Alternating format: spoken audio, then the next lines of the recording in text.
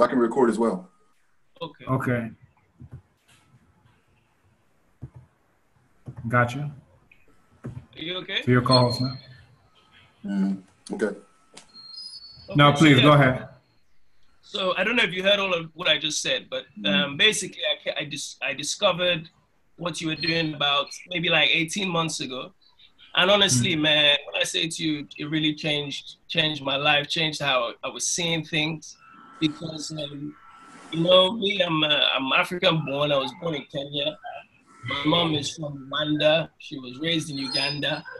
By the time I was 10 years old, I'd lived in Congo, I'd lived in Benin Republic, I'd lived in Nigeria, different places. But the connecting the dots thing hadn't come to me. And then when I was about 17, I moved to UK. And when I moved to UK, you know, as you know, African parents, they send their kids to the UK. So I came to the UK, started studying, and even then I could tell that things weren't right. But I'd always had this passion. So basically, I'm saying all that long story to say that honestly, I think I've found where I need to be. And in reality, what Abibi Tumi represents, what you people represent on that channel, is where I'm supposed to be. So I had to do this. I'm launching my own YouTube channel as well, because you see, as a filmmaker, you know, I think I've spent 4 years between each film that I've made. You know, I've never been able to get any major funding for a film. I've always had to go and, you know, really go and speak to my people to get money for film. So I found my audience for the first time. I found the people that recognize what I'm doing. And I just wanted to say that, honestly, your work is very influential. And as much as I can, I will try and promote your work. So that's actually why I wanted to do this. I want to find out a little bit more about you. I know a lot, but I think the people that will be tuning into what I'm doing will want to know a little bit more about you, how you got to where you are. You know, it's interesting because, you know, the screening that we've got coming up on the 27th, I was telling a few of my friends in Accra, and they were like, why would you screen it there? Why would you go and screen it in a cinema, blah, blah, blah. I said, no, for me, this is the holy grail. This is the only reason why I would come out for a screening. And, you know, people were even people who I grew up with, who I would have expected to be, you know, mindful of what's going on and what you people are doing in Ghana and the impact it's having. You know, they're not. They're very unaware. So for me, I really want to try and get that group of people that I grew up with, those Africans that sent their kids abroad. I really want to get them to be, you know, understanding of what you're doing, because it's very important, my brother. And, you know, so if you don't mind, just start from the beginning. TOP, I know your father's work, so if you can start with that, and you know, we can move forward. Okay. And real quick before I do, I wanted to also share my thoughts about Mona Blacktastic. You know, I don't know if you're familiar with a film called Quiet Storm out of the UK. Yeah, I've seen it. Right. I've seen it. So like the idea behind it is great, but the execution is probably not of the utmost. So when I heard you had a film and I looked at the plot line, I was like, okay, this may be, you know, something. So when I started looking, I was blown away. I was like, hold up, man. He got actors. He got like a plot. He got suspense. I'm drawn into it from the very beginning. I'm like, this is a professional on a different level. This isn't, oh, yo, I got my Canon, you get your Nikon, and let's, you know, shoot some. Because like, again, the idea behind Quiet Storm, I love the idea, but it's not, you know, as we could all say if we're being truthful, it's not of that particular type of standard. What you did with Mona is, like Brother Kwajo said, it's on a whole nother level. So not only the idea of it, but the execution of it, and it really raises the standard of what we can do as African people and how we can tell our stories for future generations. So, you know, in the future, somebody's going to be like, oh, well, what did you do? Oh, well, I sat in a big house and I was in some AC and whatever. Who cares? Your name, throw it in the rubbish. But if you can say, this is what I produced, this is what I produced for African liberation. Every single ancestor that we call in a libation is somebody who's produced something for African liberation. the one who was living in a luxurious car, the first Model T in the world. We don't care about none of them. All their names are gone. They're dead. So whatever they enjoyed during their lifetime is gone with them. Nobody cares. Who cares? It's gone. But what you did with Mona, and I'm looking forward to the other ones as well. I know you got the documentaries coming down the pipe and other things. So this is how you make sure that your name will live on forever. This is how you make sure that you're part of that canon that gets mentioned. So yeah, I wanted to share that before we go into anything else. So Blacktastic, Blacknificent, Blackific. That's why I say we got to show it at African Studies. The Africans, and the theme is going to be Africans who fight back. So we're leading off with Mona. I got another film, Nzinga Hena de Angola, Nzinga Queen of Angola. Camp de Charoy, which is, we did a documentary about Ousmane Sembène, and this is one of his most famous films about the Africans who fought back, but then ended up getting slaughtered in the camp coming back from World War II after having fought for the French. But just, you know, to give a similar theme. So I appreciate that again. Thank you. So, good theme. Going there. Good theme. Yeah, it should be. And if you got any suggestions as well, you know, I want to give a comprehensive thing. But yeah, about myself, I don't know where to start. I have ancestors, great-grandparents who were in the UNIA, who were, you know, creating Black communities in North Carolina. You know, we talk about some of the Rosewoods and Tulsa and other things, that my great-grandfather was one of just a couple of other now ancestors, but Black men who brought together what they had in order to create the Method community, you know, a similar type of situation.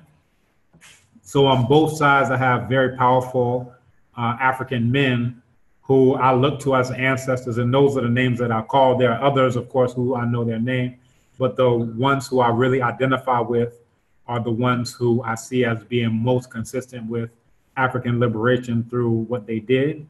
And that's Nana Farrar Levi Lord, who became Auditor General and Chancellor of the UNIA, and also Nana William Bill Dunstan on my mother's side. So for each side, I kind of look at them as, you know, these are the stars that I aspire to. Not to take it to my... So my great-grandfather on my father's side was born in Barbados and then moved up to New York, heard about Nana Marcus Garvey's movement, joined the movement, and became one of the speech writers, transcribers for the Negro world. So if anybody knows the speeches of Nana Marcus Garvey, that in large part that's due to my great-grandfather having transcribed those speeches and made them available in the Negro world for others to now read and to be disseminated in philosophies and opinions and other formats. So he was born in Barbados and then moved up to Brooklyn. As soon as you say Brooklyn, that just means the Caribbean somewhere. That's just a code word for like the Caribbean in the U.S. Just ask them what island. And then on my mother's side, they moved up to New York from North Carolina. So she was born in Harlem. So as soon as you say Harlem, just ask them what state, because that's the two sides of the migration. One is Caribbean to Brooklyn, and then other boroughs, but mainly Brooklyn. And then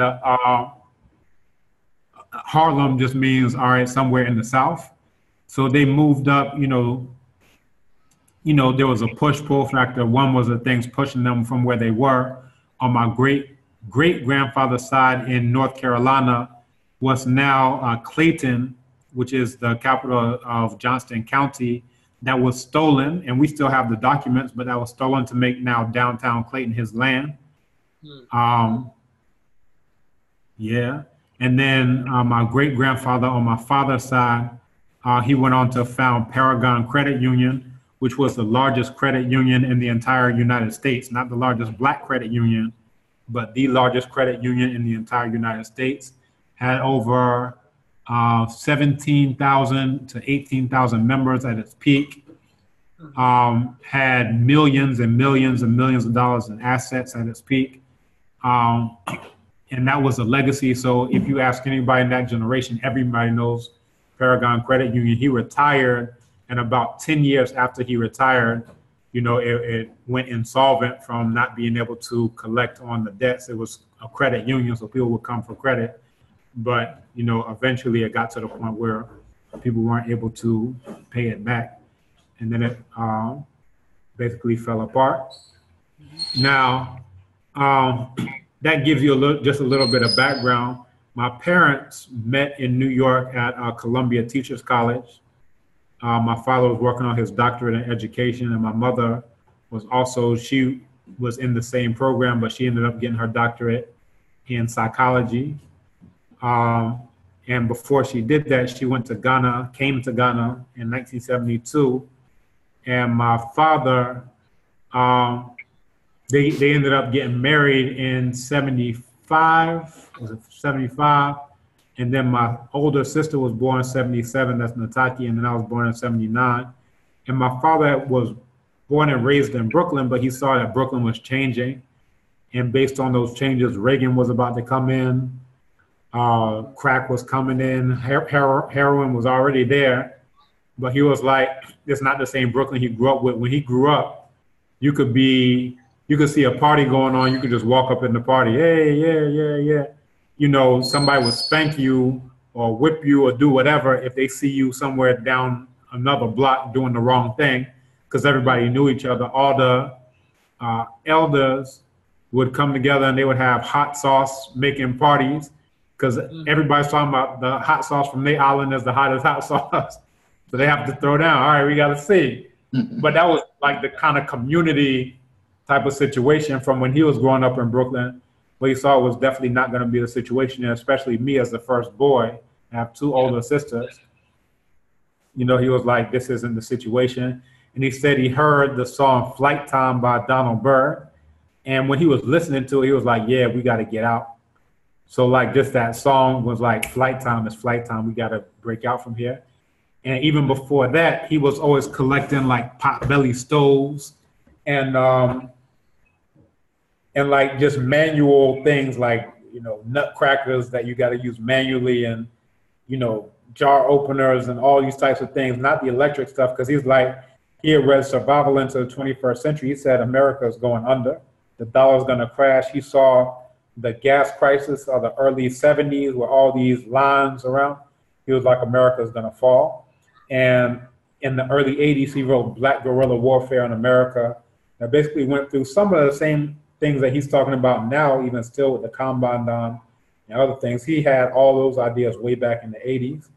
And folks, those who are starting to get up on it, they're just starting to get up on it. But they both of them had the idea of they wanted to move to the South, which is when my mother's side of the family was enslaved, and then move to the Caribbean, which is when my father's side of the family was enslaved, and then eventually move on to Africa to repatriate. The first step of that ended up being the extent of where they were able to get to. You know, they built their own log cabin out in the woods. They, you know, dug their own well, had their own water supply, all these different things. But basically the idea is that they were trying to live out what was being spoken about in New York. So if you go to New York, everybody's talking about, yeah, we need liberation. We got to get free. You know, we got to do this. We have all these lectures about how we're being oppressed, how the this isn't this and the that isn't that. But they were like, all right, enough with the lectures. Let's actually act on it.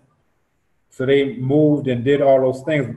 When I say they built their house, I don't mean like they had a contractor and then they're like, oh, good job. They're out there with chainsaws.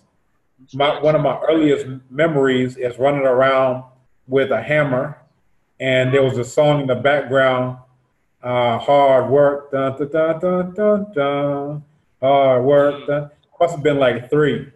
But I remember that. I remember them putting the roof on the house up there, trying to get up there before it started raining. So all of that, what that put into me was the idea of you're supposed to be about what you say you're about.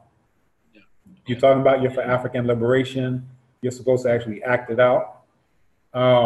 And I contrast that with other people whose parents did not do those types of things, that they were given lectures, and they kept giving lectures for 20 years about what we need to do as African people. And then the children are crazy, right? Because the actual lesson that the children got was say one thing, do another. But just saying all that to say, so that's just a little bit of background. I grew up in North Carolina, my parents. And that was the other side, that because they took that step out in New York, you had things like Uhuru Sasa, which was one of the freedom schools, African Center schools. But once they left there, now you don't have that support network, right? Yeah. So I had exactly 1 year of African Center school, which was my preschool. And then I went into the public schools where everybody else went into.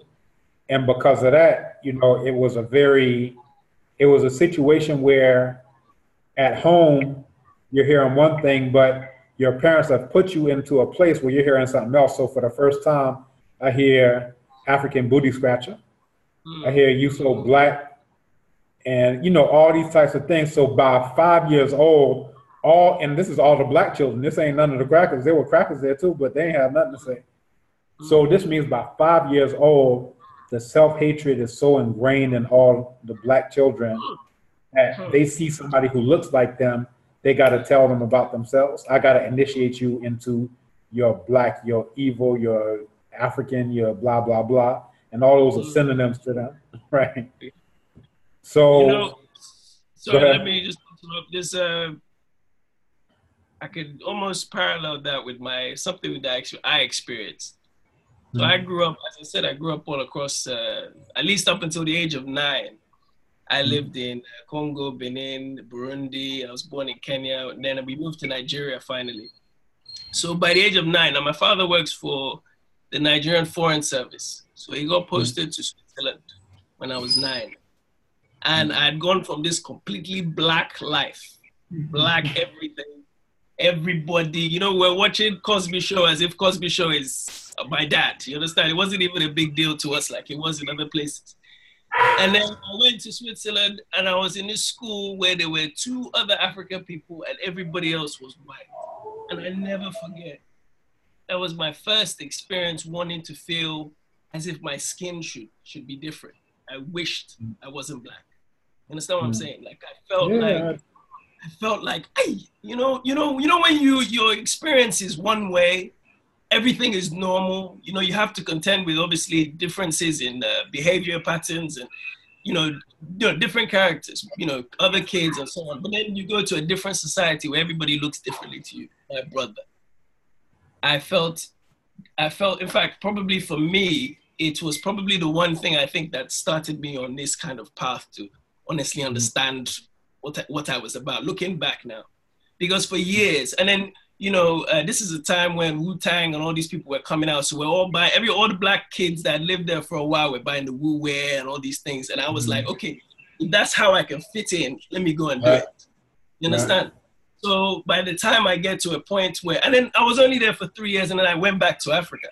In fact, I went to school just across the border from me. I went to school in Togo. I finished my secondary school in Togo. And I'm back in Togo and everybody else is black again. Unfortunately, we had majority white teachers. But then the same thing where I'm trying to bring this Western culture into this African society, but I'm still the different one. You understand what I'm saying? I'm the different one trying to manage. So I feel what you're saying. I think what you're talking about is trying to be comfortable in your environment at that young age. So anyway, sorry, I just thought I'd share because it's resonated with me. Yeah, it's a similar type of situation, because once all these black people telling me, oh, you black, you ugly, you African booty scratcher, blah, blah, blah, then I'm like, well, shoot, I shouldn't let the sun touch my face, right? Now, picture my parents and then picture this, but then later on, like in my early 20s, I spoke to them about it, and they were like, why didn't you tell us that this was going on with you? And I'm like, well, y'all were the ones who put me there. So this was like the give and take, because one was I was able to get a model of this is how to be about what you say you're about. But when you're there, that's a very lonely path. It's a place where there's not support, because they could have stayed in New York where they're living off of, everybody goes to a grocery store. You say, let's get free, but everybody's going to the same grocery stores. The ones who read 1,000 books and the ones who read 0 books are going to the same spots. The ones who heard 1,000 lectures, the one who heard 0 lectures, going to the same, I don't know, Kmart. You understand? So what's the point, right? So that was the give and take that I was able to see that, but then there was no type of support system, but they tried to create a support system. So they had the Umoja group. So it was everybody in the entire North Carolina who was conscious. They would come together for Kwanzas and try to have the children come together and talk. But at that point, by that point, you know, and this is still like, we're probably 6, 7 years old, 8 years old. But this is about a point where it's like, okay, I don't want to be around the children of the conscious people because we're trying to be like how to be black. Now, how to be black? We get a very, how would I put it? It's our cave beast Neanderthal enemies who teach us how to be black through TV, right? So that's the lesson. So these other people who are conscious, you got to kind of keep their distance because I'm more like these other black people, right? You know, and that was a type of thing. And so yeah, basically, Nganga Fukiao, we were just talking about the late Nganga Fukiao. He has a book, Self-Healing Power and Therapy. And he talks about how our situation as African people is like you have a diamond, but it's in a pit, and somebody covers that diamond over with lots of rubbish and garbage and trash and all types of stuff, that it's still there, but now it's a point in time where you have to start to remove all of this rubbish that's on top of it, right? And that's basically the situation that my parents from birth, from conception, had instilled this Africanness inside of me. But going into that type of situation of a public cesspool system, as my father calls it, and he was in education. And even with that, they did their best because Miss Haywood was the blackest teacher, and she always was looking out for us, making sure everything was good for us. He was in education. He would have his students from St. Nog posted to that school to make sure that they're looking out for us and whatever. At the same time, it's an anti-African environment, right? But just saying all that to say that eventually it starts to like erode that Africanness, which is at the core, or starts to put that garbage on top. So now, once it comes to the point of, you know, you grow up, you'll take that garbage to as far as it can get, but then you'll realize that that garbage is suffocating you, helping you breathe, all this garbage on top of you. And for me, that was in the course of a 1 week period, a very drastic change, where all the stuff I was doing before, I call it an ancestral butt whooping, where I took it to the very brink of death, right? Literally, like this close, like almost in a car accident going on the wrong way down the highway, and then swerving and then wondering, am I alive or am I dead? And then all the things that, you know, my mother was in African spirituality, but that was always just like, oh, you know, that's mom's thing and whatever. But then actually starting to experience all these things that I was just like, oh, you know, that's just whatever, right? A very violent change where all the stuff I was listening to before, the hip hop and whatever, trying to be black as defined by cave beasts and Neanderthals, I was like, I'm not listening to any of that no more. You know, and I had, say again? How old were you at this point?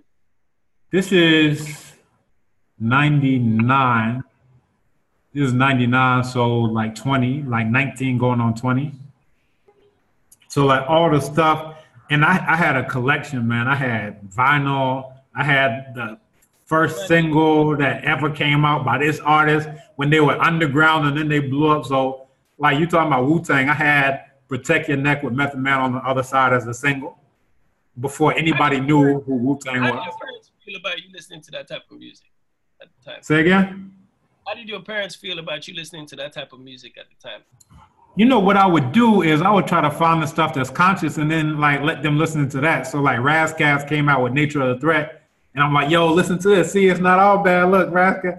It's like they gotta listen to all this garbage just to get to some stuff they already know, right? or like you know, like people like that. And even my father, like he would have his students come and bring us like BDP, like KRS-One, You Must Learn. I remember. So like we never had cable. So like they would record some of the conscious rap X-Clan and we'll listen to that. I'm like, oh, this is the whack stuff. This is Dad's hip hop. This is Dad's hip hop. Dad, let's listen to something else. I want to listen to, I don't know, Nas or something. I don't know. But you know, so there was that kind of separation where it's like, okay, yeah, it's cool, but you know, if Dad likes it, it must not be that good. Right? Or Gangstar or whatever, like. So that was a situation. So it got to a certain point where, like I said, you take that as far as you can take it. And for me, like my first time away from home was in college. So I went to Morehouse in Atlanta, and I went there because on the college tour, they took me to the Strip. And the Strip is between Clark, Atlanta, Spelman, and Morris Brown goes all the way down. So I just saw all the sisters there. I was like, sign me up. I said, I don't even know what Morehouse's mascot is, but yo, sign me up. And I got a full ride, academic scholarship.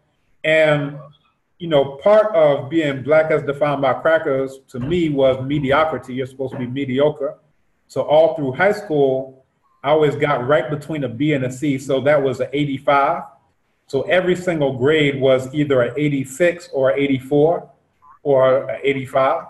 So if I started doing too well, now I got to slack up.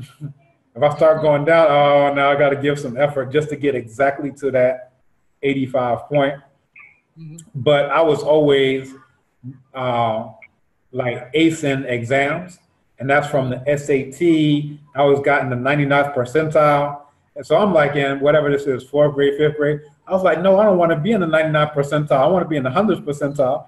You have to explain to me that means that you're better than 99% of everybody else. You can't, there's no such thing as 100th percentile. I'm like, no, that don't make sense to me. I want to be. But so I was always like, tests were so easy that it was like comedy, because it's like the right answer is so easy that I'm like sitting in the test and I'm like laughing at the test, like, ha ha ha.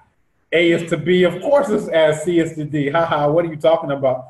And I carried that all the way up to the early ones are CAT, and then you get up to the, and that's California Achievement Test, you get to the SAT. And I got something like, I forget what the highest thing is because I mix up what the GRE and the SAT is. But if it's out of 1,400, I got like something like 1280 or whatever it was. So I ended up getting the academic scholarship, not so much on the grades that I had, but on the fact that all these colleges want to, in their stats, that they had all these people who got a certain level, mm-hmm. right? So all of that is to say that, you know, I went to Morehouse and that was my first time away from home. And then there was no buffer to keep me from being Black as defined by Neanderthals and cave beasts. So from that, then I'm like, all right. So that's where I started getting into smoking for a year. But I was never really into drinking. And I tried it for 1 month. And I had one time where I was vomiting, throwing up. And I was in a place, they had the fashion week and they had a fashion show. And I was sitting there, I had drank, and I was like, if my parents found out where I am, if I fall asleep, then someone will wake me up and then I'll get in trouble. Then my parents will find out I was drinking and then that'll be a problem. That's a very clear, coherent sequence of thinking for somebody who's drunk. But that was the diamond inside telling me that there's something that I'm not supposed to be doing, right? Where some people don't have that. They could be doing something, there's never been something that told them you're not supposed to be doing that. Yeah. So even when I'm trying to be Black as defined by our enemy, white enemies, there's still that basic foundation. So I tried that for a month, stopped. I tried smoking cigarettes like twice. I coughed up blood. I stopped that.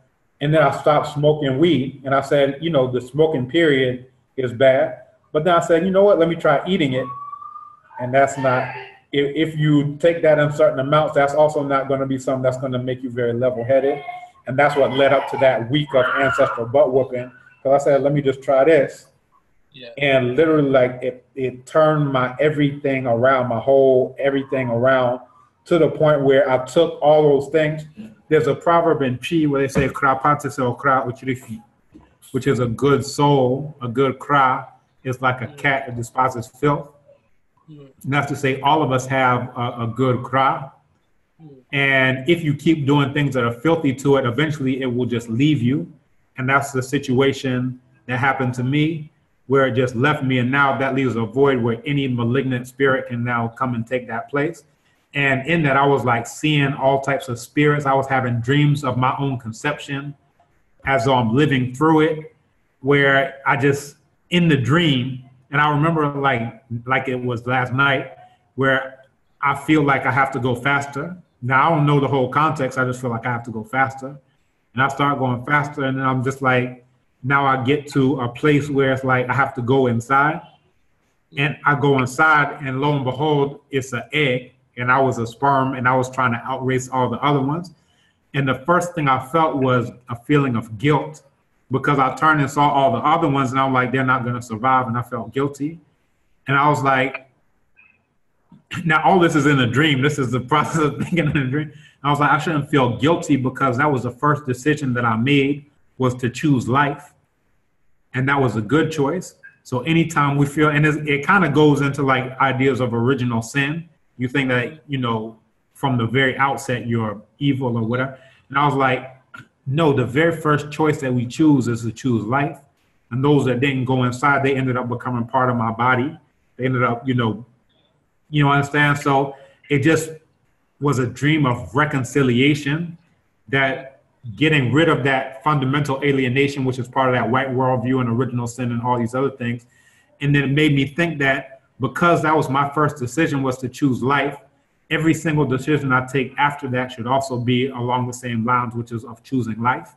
Anytime I make a decision that goes against that, then it is a violation of my cry, of my essence, of my inner being.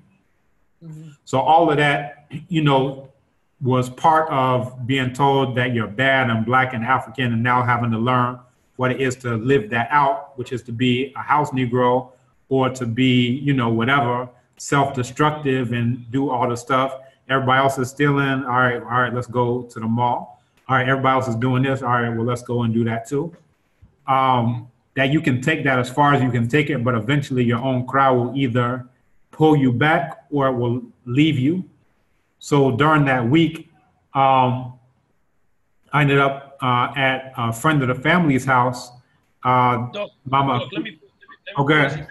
I need to just charge my computer. 1 sec. I'll be right back, guys. No problem.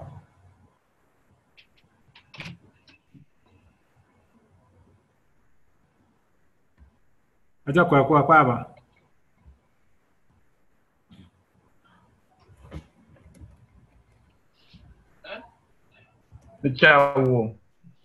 You also? Ane.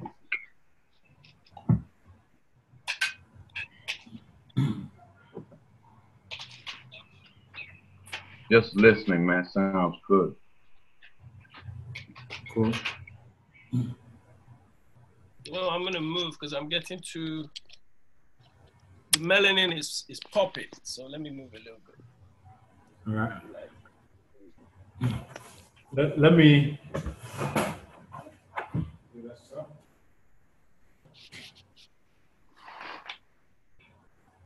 Is that better?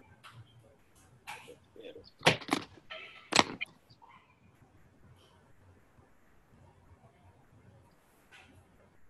Okay.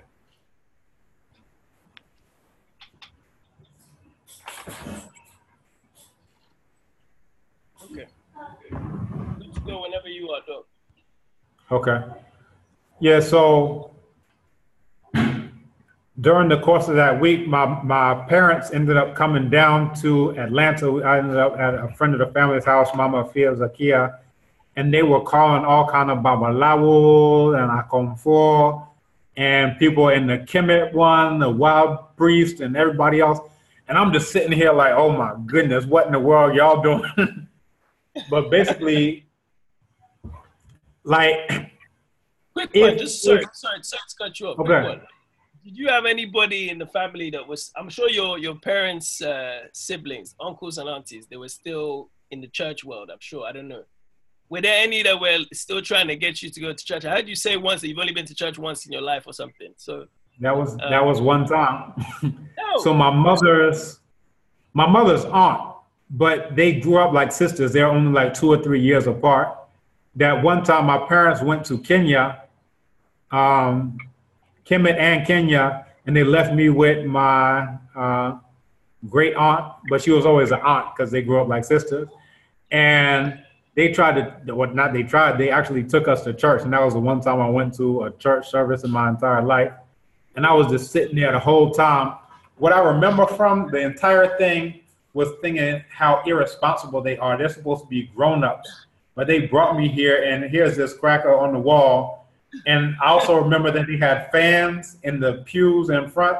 So I started like looking at the fan, and I started looking at my belly button, and like imagining stuff coming out of my, like, I don't know how old I was like 7 or 8, but it was just like, this is horrific. So yeah, that was my one time in the church. So yeah, so back to your story. You were saying that they were calling Babalawo and everybody. Yeah, so they were doing all that. So we were never in church. We were like, that was never even our worldview. And we were never really close enough to other family to the point where that would actually be an issue, apart from that one time where we were left with them. Because we never celebrate any Cracker Days, which is a time where our family gets together over there. So if it's Thanksgiving, we would never do that. Never 4th of July, never Christian Sanity Christmas. Like, we never did any of those things. We never sang the national anthem, never sang the national anthem, never did the Pledge of Allegiance. So we just, everybody else in school is sitting up, we like, no, we don't do that. We always ate different from everybody else because we grew up vegan, you know, and that was the thing. Eventually we started doing a little bit of cheese when we got into like our, how old were we? But it was like this rennetless cheese without the pig, whatever. But, you know, we ended up cutting that out as well. So it was vegan before there was even a term vegan. So, you know, all these things. So we were always like, we're not like everybody else. But and you stayed vegan right through till now, I assume. Right? Yeah, and that was the thing, because I was just having this conversation with my wife that no matter how crazy I was in terms of trying to approximate what other folks were doing, it would never be that crazy. So it's like, all right, even if I'm trying to act like whoever else. I remember in high school, there was a sister who said, you know, I took her on a date, and she was like, okay, I'm not going to kiss you unless you eat this, whatever it was, a hamburger or something. I'm like, well, I guess we ain't going to kiss then. Right? Wow. And it was like, and that's the thing, if your parents put this foundation in you, no matter how crazy you even try to be, there are certain things that isn't like, that's not even food. Or I would never date a cave beast. I would never, you know, much less sleep with one, much less anything else. It's like, nah. So no matter how crazy you get, you never get that crazy, right? It's just like, all right, let me smoke this for a minute. All right, that's cool. That's enough, right? And that was like a year out of my 39 years. And then once that's done too. You know, and, you know, the point where that was done was, again, coming to that epiphany, I would say, of, the first choice I ever made was to choose life. And if I'm, you know, smoking things that are destroying my lungs, that is not choosing life, that's choosing death. And that is something that is an abomination to my own cross. So got to cut that out. So within the course of 1 week, all the stuff that I was doing stopped. So I stopped listening to all the hip hop, and I gave it to my roommate. he was like, yo, dog, you sure you want to give this up, man? This is like, yo, because we used to vibe on like break beats. Okay. And that's how I ended up getting into jazz more so, because my father had, you know, hundreds, if not thousands of jazz albums, like record albums. But the segue to get me into the jazz wasn't through him. It was through my roommate who would play the break beats. So I know the hip hop song, and oh, that comes from this Donald Byrd side, or that comes from, yes, that's the sample, right? So then that's how I was able to get rid of the, because I was like, I need to stop listening to what people are saying. I need something that's just instrumentals, right? Yeah. So I got into the jazz, and then into African music, continental African music, because jazz is African music too. Continental African music out of Brazil, the capoeira music and everything else. But that's, you know, just a little bit of the background about me, how I got onto the path, and then just started seeing things like, yo, if these cave beasts and Neanderthals, thugs, these white enemies are our enemies, then why are we wearing the clothes of our enemies? So that's when I, you know, at 19, 20, I said, I'm never wearing the clothes made by whites again, or the way I put it was, for every single day of my life, I'm gonna wear clothing made by African people, and that's it. So from that day all the way up to right now, where I'm 39, from 19 to 39, thereabout, every single day, I'm wearing clothes made by African people. I've heard you say that before. I mean, when you were in the States, I think you moved to Ghana, what, 10 years ago or something, right? Yeah, 10 years ago.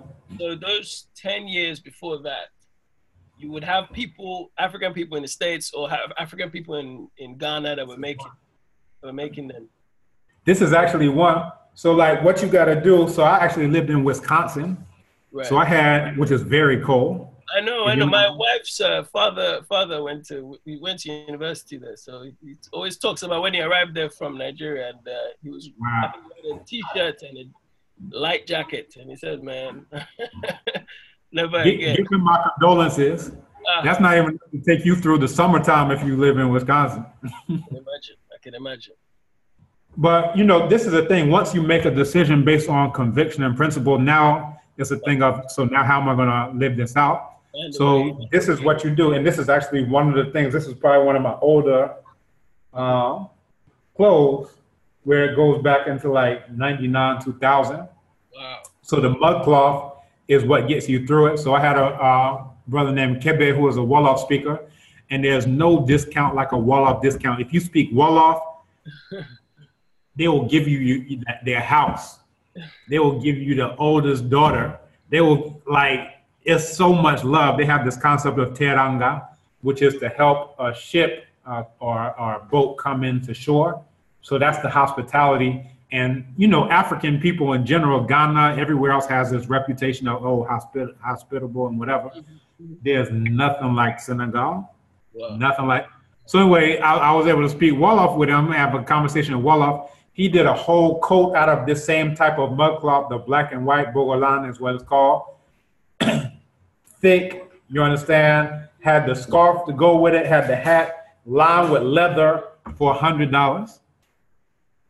$100, full length coat, $100. So I already had, you know, my wardrobe.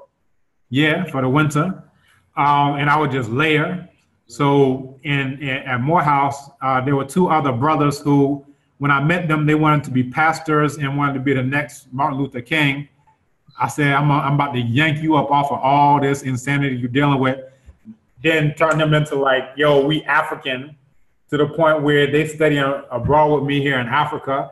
You know, I saw it must have been like a Morehouse, what do you call those speeches? That graduation speech, the head. Yeah. I saw one guy, it must have been like the year 2000 or something. Yeah, Brother Quao, he was valedictorian. He was valedictorian the year that I was here in Ghana, so I missed that speech. So when I got back, but we were in the same Medu Netra class, right? So we knew each other. So when he graduated, I was here, and as soon as I got back, people were like, oh, you gotta hear the speech. Oh, you gotta hear the speech. And that was 2000, from 2000 up till whenever I posted that online. I was looking. I never got a copy of that speech until a week before I was able to finally post it online. I was like, I gotta get the speech. I gotta get the speech. But anyway, But it was what's two the guy other. doing now? You know, I tried Googling the guy. I couldn't really find him. What do you know what he's doing? He's at Howard University working with our Medu teacher. That was Dr. Mario Beatty. His name is Kwawi Mana. So he is teaching Medu there in the Department of so-called African American Studies. And he's been here to Ghana. He's brought groups here to Ghana. And they have African-centered homeschool outside of the DC area, which is, from what I hear, just doing amazing things. Over 100 children. They are, you know, learning Yoruba, learning Chi, learning Medu of course, mathematics, because he was a valedictorian in math. They got other, you know, teachers coming in teaching our story and everything else. So, you know, they're definitely still on the path. They have Kuumba Kids, which is a program. They have CDs and all type of stuff, you know, a cartoon character line and other stuff that they're coming out with as well. So they're definitely on it. Definitely on it. Kwao Imana. His other, his cracker name is Andreas Woods. So if you look that up, you may see it there. You can find his thesis, his PhD thesis under that name. But of course, he goes by Kwao Imana, and that's what we refer to him as. Okay. But, Sorry, go on. okay. No, I was just gonna, you know, ask you about how you got to Ghana. I know the first trip with your mom, when she asked you to go with her, and then from there, if you don't mind. Yeah. So, you know, initially my mother came in 72 and that was a connection. Then she started training us in Okon 4. And then she brought me in 98. And, you know, in 98, that's before I went through that week-long serious ancestral butt whooping. So in 98, it was just like, oh, here we go again. And I'm supposed to be the good child. So this is mom's thing. So let me go along with it. So, you know, but I had a very serious experience in the dungeon, right? Where, I don't know, like ever since I was a child, like I was claustrophobic at like 5 or 6. And I felt like the reason why I was claustrophobic is because I was one of those who was taken on the ship myself, right? So picture me 5 years old, 6 years old. I understand that there's something called, you know, quote unquote slave ship. I was like, I was on one. I was on one, and I don't like being in small spaces because I was on those. So like my sister would like, we playing around, she'll put a blanket on my head. I like freak out, like, no, get that off of me. So now I'm in the dungeon, and I felt like I was in this dungeon. I was in this specific dungeon, not like another dungeon. I was in this very dungeon. This was in Elmina. But I felt like I was in this specific spot in this very dungeon. So anyway, it went from a thing of, all right, this is mom's thing, and it was still that. And I'll tell you this too, my mother's Ochiame, so every Okonfo has an Ochiame that's like the spokesperson. She was beautiful, it was all outdoors, and I had a little bit of a crush on her. So that was another factor, because I was like, oh, maybe this thing is cool, yo.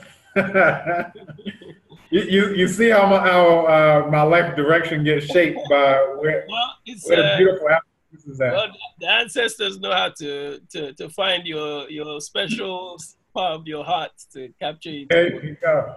No matter how crazy I got, I never got that crazy. I always knew what that looked like, yo.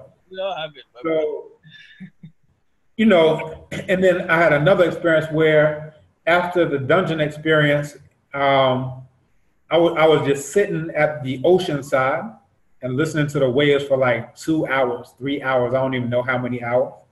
And just feeling like this is the most beautiful place in the world.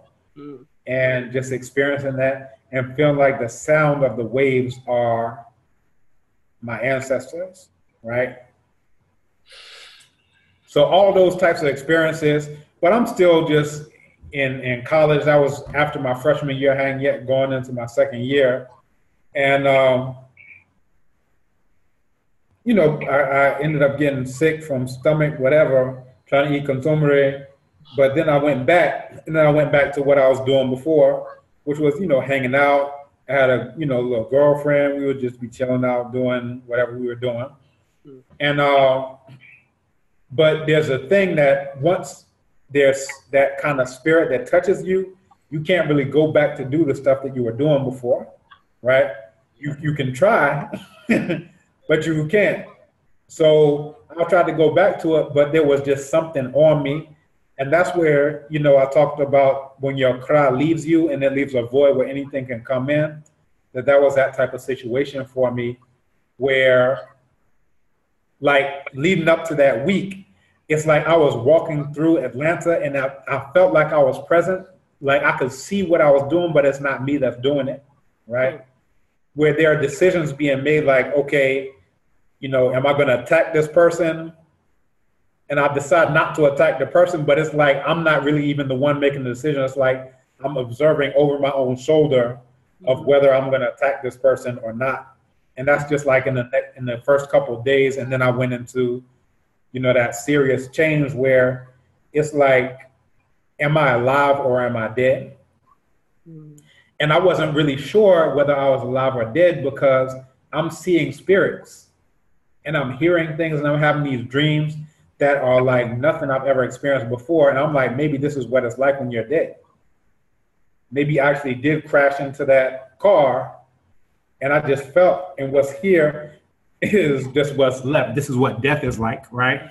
And I just kind of had to be reassured. That's what all these Babalaos and everybody else was. It was kind of like a reassurance that no, you're still alive. And now we need to bring your cry back because what you were doing, your cry despised. And now we have to bring your cry back. And now we got to get you on a different path. So the cry is like, chi. Sorry? It's like chi in Igbo. Ah, chi. Okay, the destiny. That's the destiny. Right. Okay. Right. So that's it will always try and find a way to guide you right back to where you're supposed to be. Okay. Exactly. So the word that would be translated as destiny is derived from the word from kra. So kra is that essence. And then your krabia is the manner in which you said farewell. They just translate as destiny. But the word kra itself is coming from the verb to say farewell, right? And there's a proverb, that no one said farewell to the supreme being in a bad way, meaning everybody has a good in krabia. It's just all these things that can get in your path or, you know, take you off of your path. But a bit your kra is always trying to pull you back. If you are somebody who's not going to be pulled back, then your kra would leave you. But then there's the same idea. There's a proverb in krabia nikwatibia, which is there's no way to avoid one's in krabia. Even if you have to die and then be reincarnated, that's still there for you. And you'll be reborn with the same name you had last time because you have to fulfill that. Okay. So there's this, so your cry has something that it's supposed to achieve, whether it's in this current life or in another life. So if you mess it up, it will find a way to bring you back. This is the cycle. Exactly. I see. Okay. So let me ask you, do you ever, you had those moments when you were 5 years old and the claustrophobic thing that you had as well, and then all these, I'm trying to use a different word, not outer body experiences, but this feeling of this feeling of not being in your physical self, like whatever is inside you, seen physically and showing you everything around you. Does that still happen to you? And can you channel that? Can you find a way to connect to that?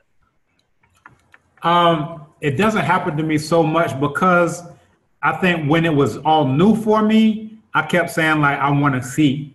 Right? Like, I don't really believe this is even real. Like, I want to see this. And speaking of out-of-body experience, I didn't actually, so that was kind of like an out-of-body experience, but I actually had that where I was dreaming. And I was, you know, my parents have like a split level house, right? So the log cabin and then the extension that they built on later.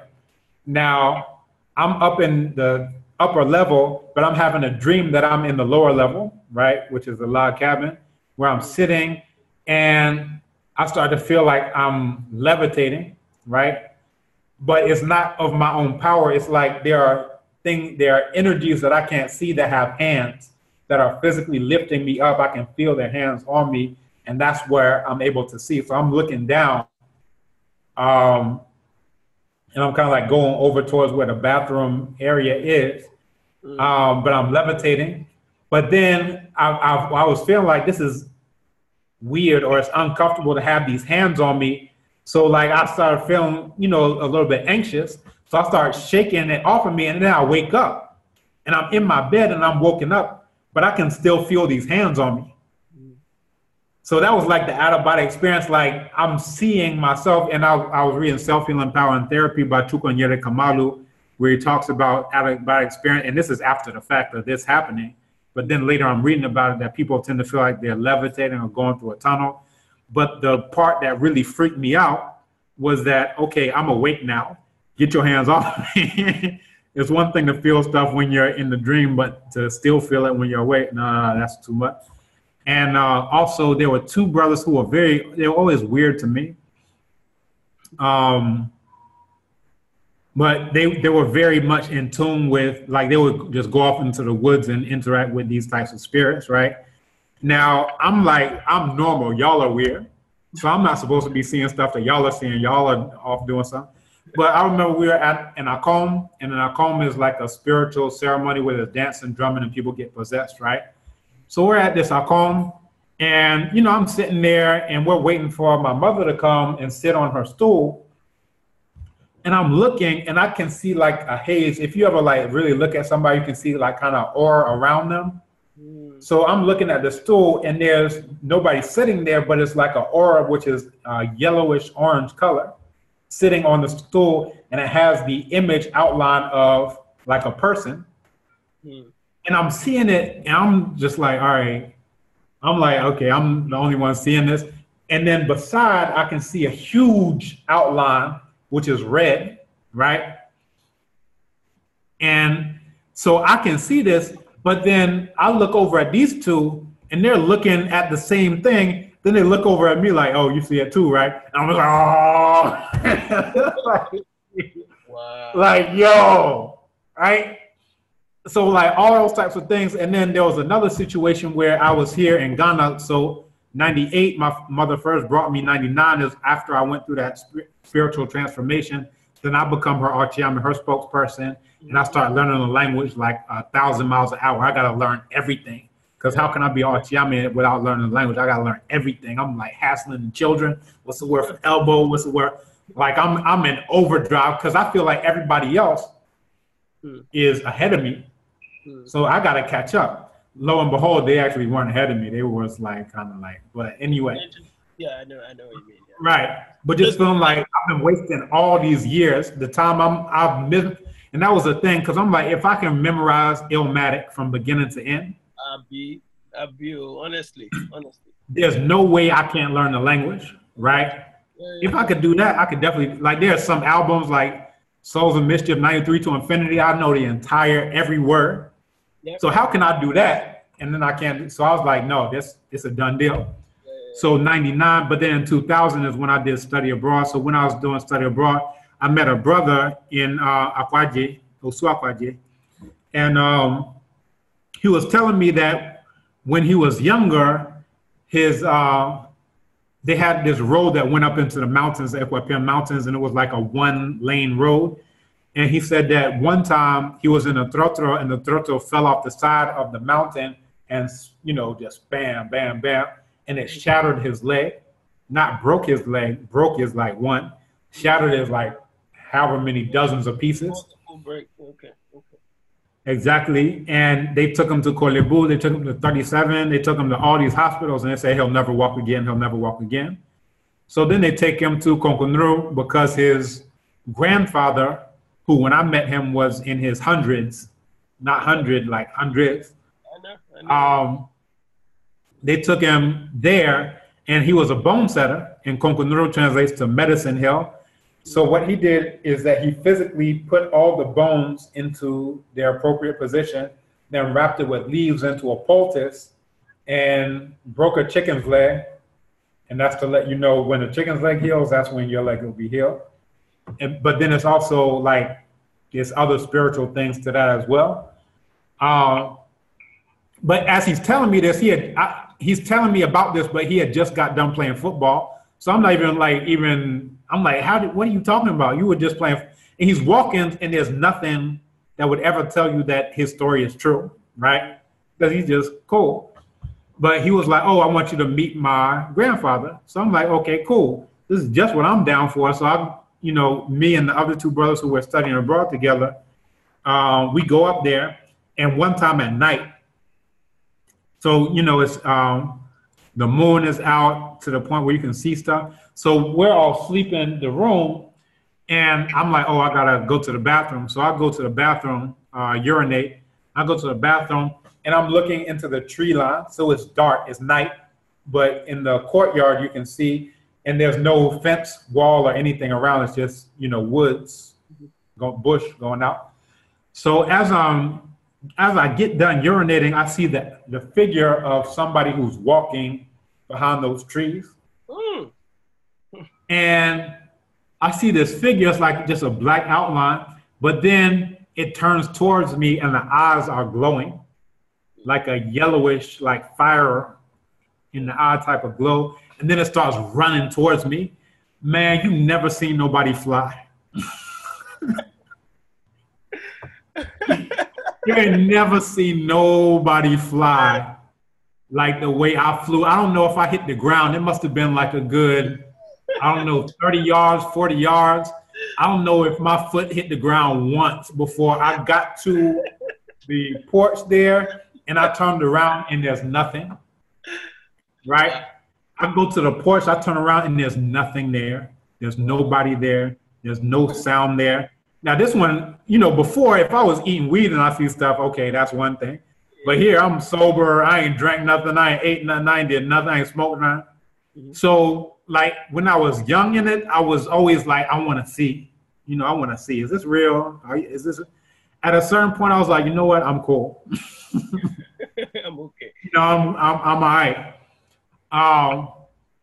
So I don't so much like channel stuff or be like, oh, I want to see stuff, I want to do stuff. That I'm cool. I still have things where I'll see something that I saw in my dream, and that tells me that I'm on my right in Krabia, and that's really what I need, right?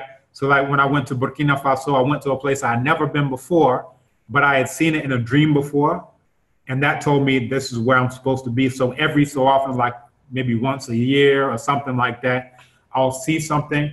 And there's, in Kikongo, they call it kuki mona, I think is a term, but it's like or kuki monana. And it's like to see something ahead of time before it happens. So, Yes. I'm cool with those types of messages and stuff. Yeah. Well, Igbo man will call it deja vu, I think. That's what they... Right. Yeah, and deja vu is actually coming from the French. Deja, again, and then vu, to see. Yes, exactly. But,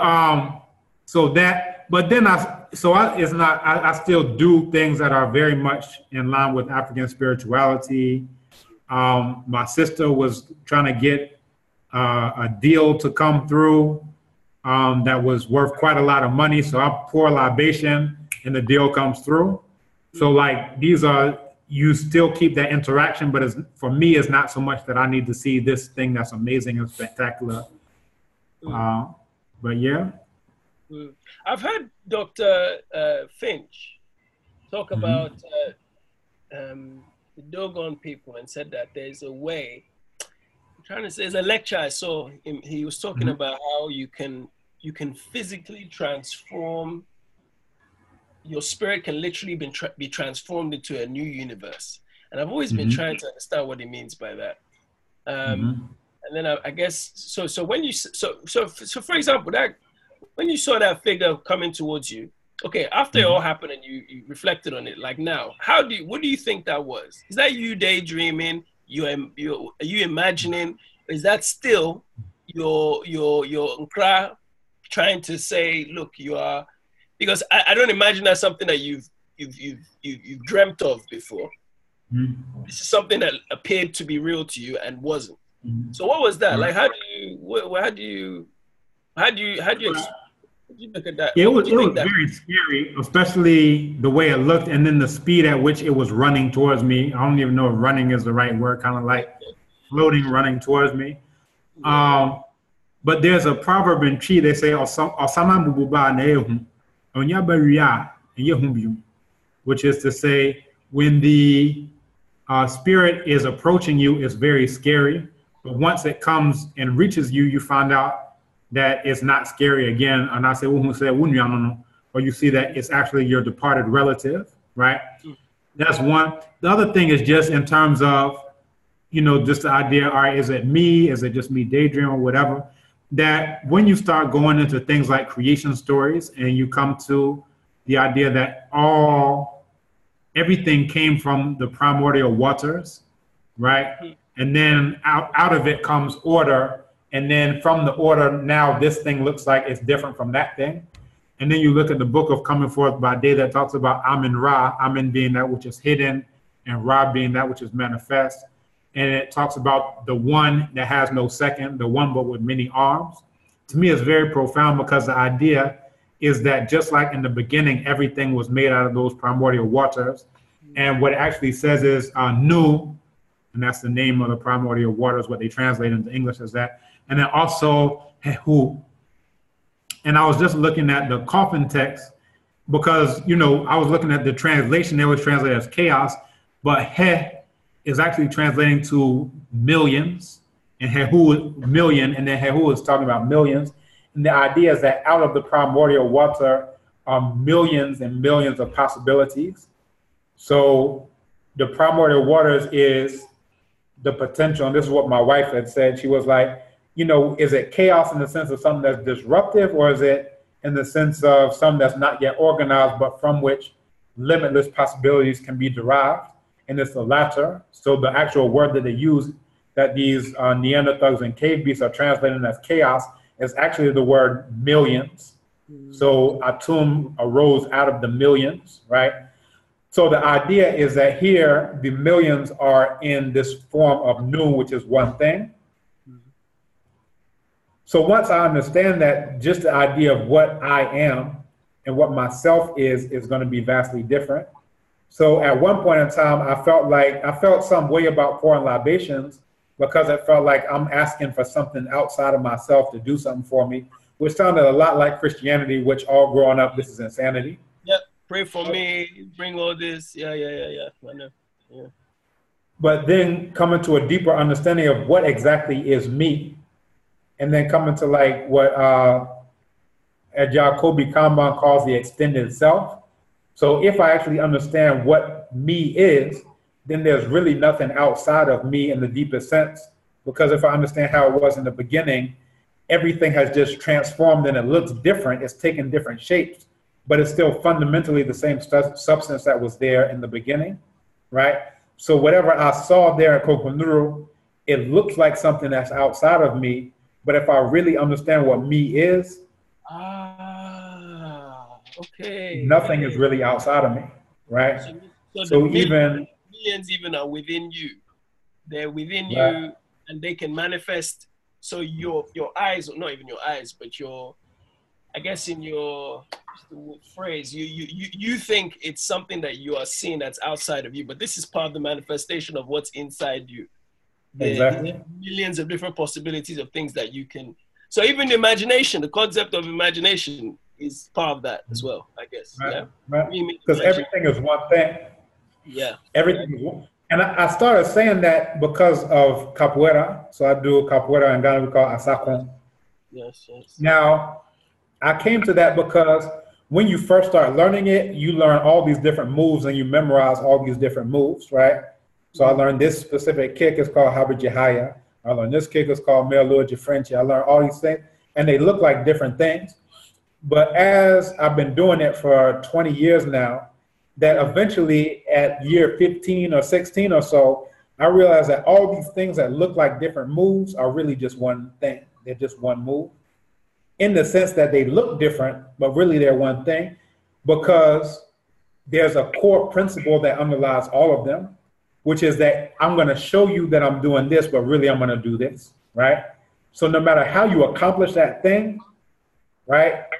Yeah. And all of it whittles down to the core principle of attacking without being attacked. So all these things that look like different things are really just one thing, which is attacking without being attacked.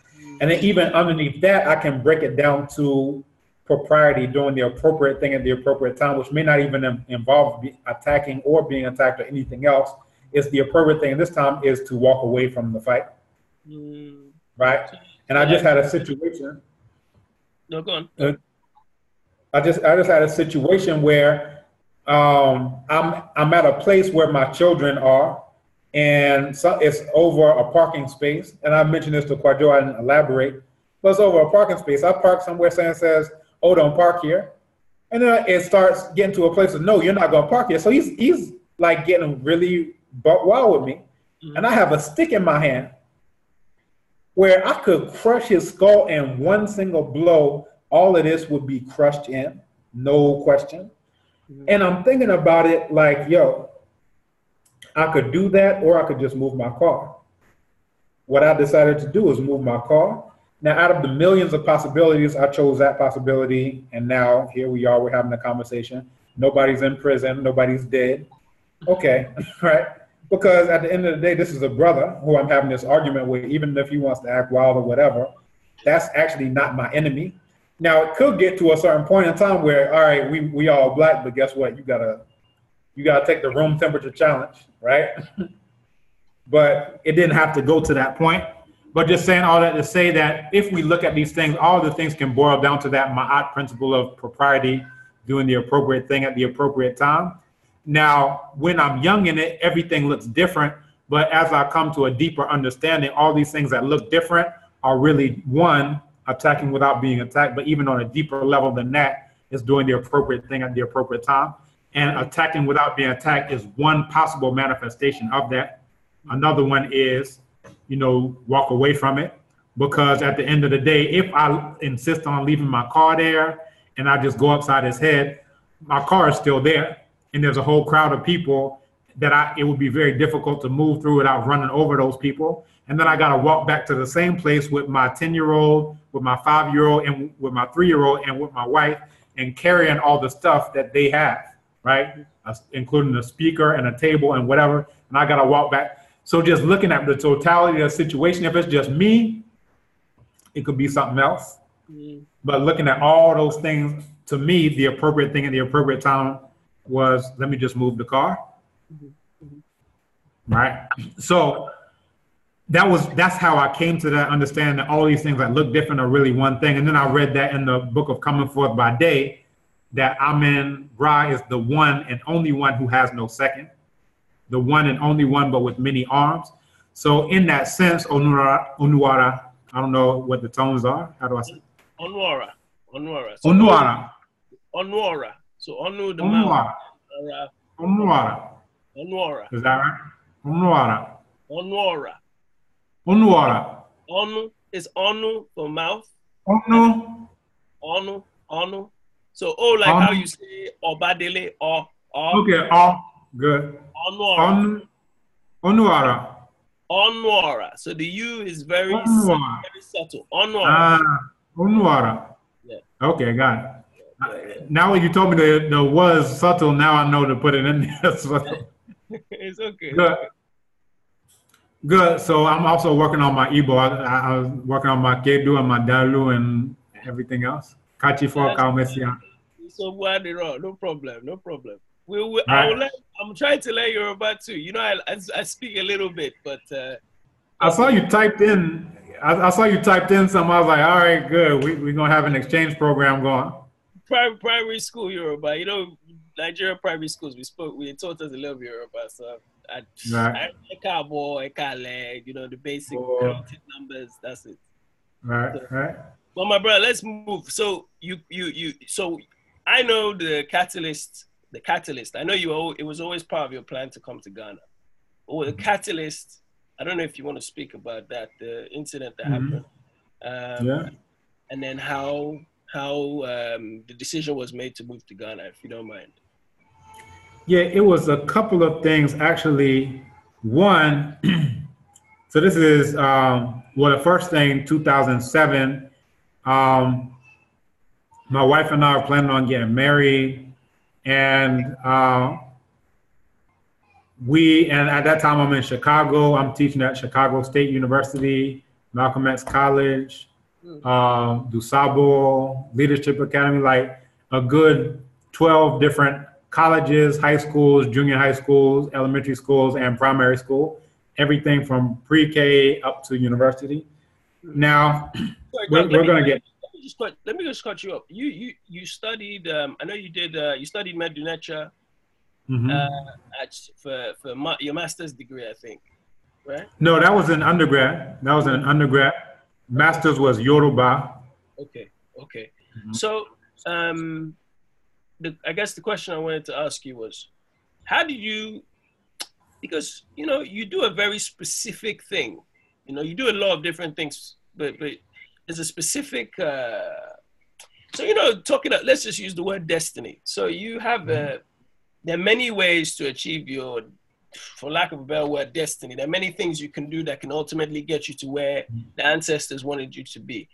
But oftentimes we think of professions, you know, so what was the profession, if there was one, that you had the intention of doing, if there was one, before you arrived where you are? Do you understand what I mean? So, yeah. Okay.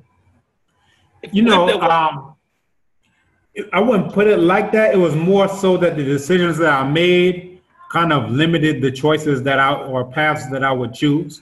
Okay. So once I decide that I'm going to wear African clothes every day of my life until I'm dead, then that means I may not be working for JP Morgan Chase. That means I may not be working for, I don't know, Bank of America somewhere, right? So because I made that decision, then I'm saying, okay, well, what are the options that are available, right? Yeah. And then also setting up hurdles behind me to make sure that I can't go back and Negrify. So once I made that decision, then I got rid of all my cracker clothes, right? So like those types of things kind of get you towards a specific type of direction. Now, immediately leading up to that, I was also I was also doing survival training. Now, I was doing survival training at the same time that I was working at one of these alternative high schools. Can you still hear me? I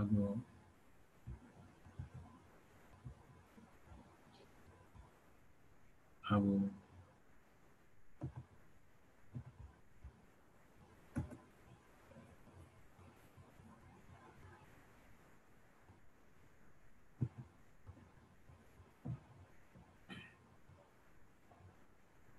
Is that me or him?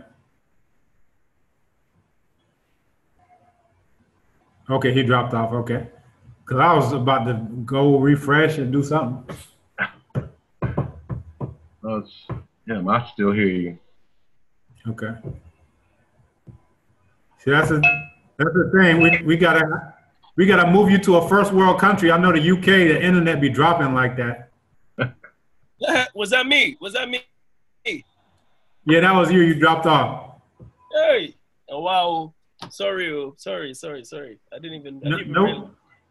No problem. Those of us who are in Africa, we know we gotta, you know, be. My brother, I'm coming. Don't worry. We all have the same internet. Don't worry. I'm coming. Right. So, what was I was talking about? So you were saying it wasn't. Oh yeah. Your decision. Yeah. Yeah. So it wasn't so much of a profession, more so how can I do the things that I'm about, right?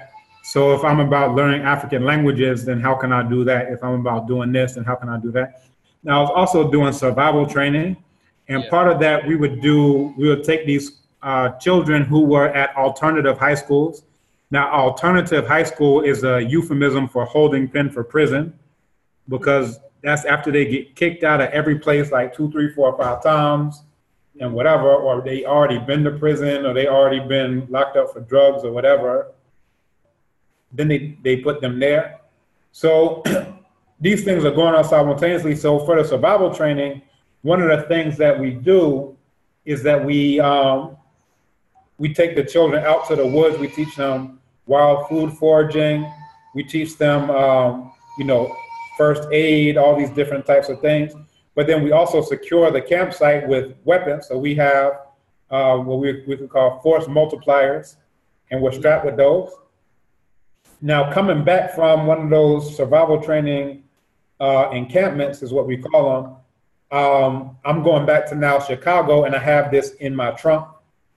Now, before I take it out of my trunk, we have a situation where my wife and I are going to, talk about the wedding, right? And just different issues and things. We're going to discuss those at night. So before we do that, I take her to Soul Vegetarian.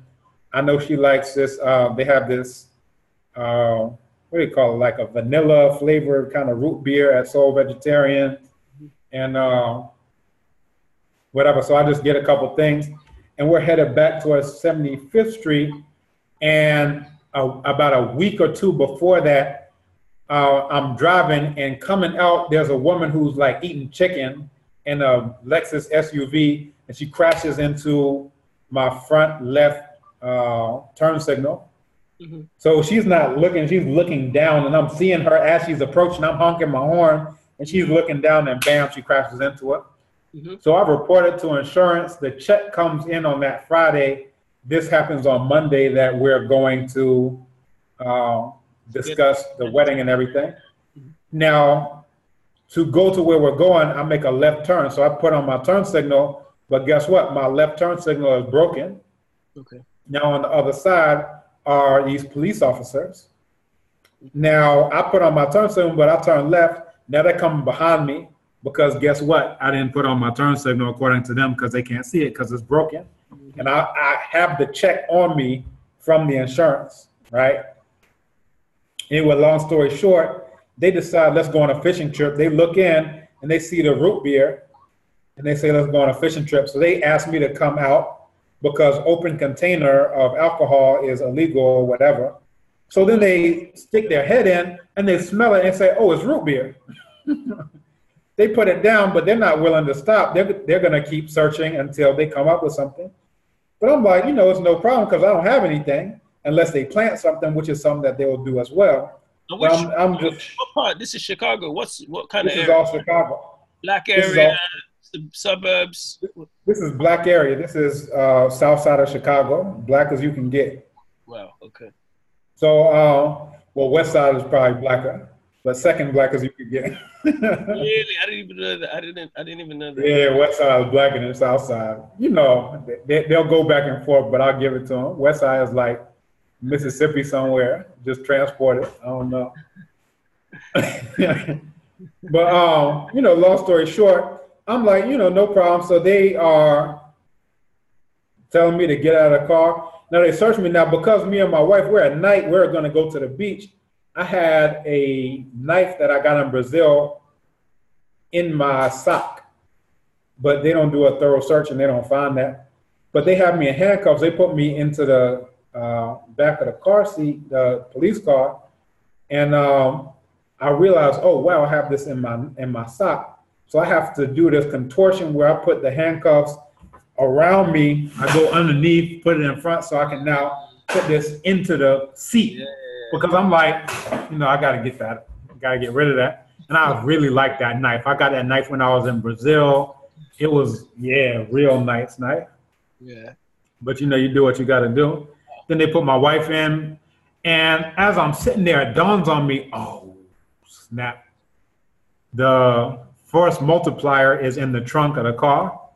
Now, normally I wouldn't.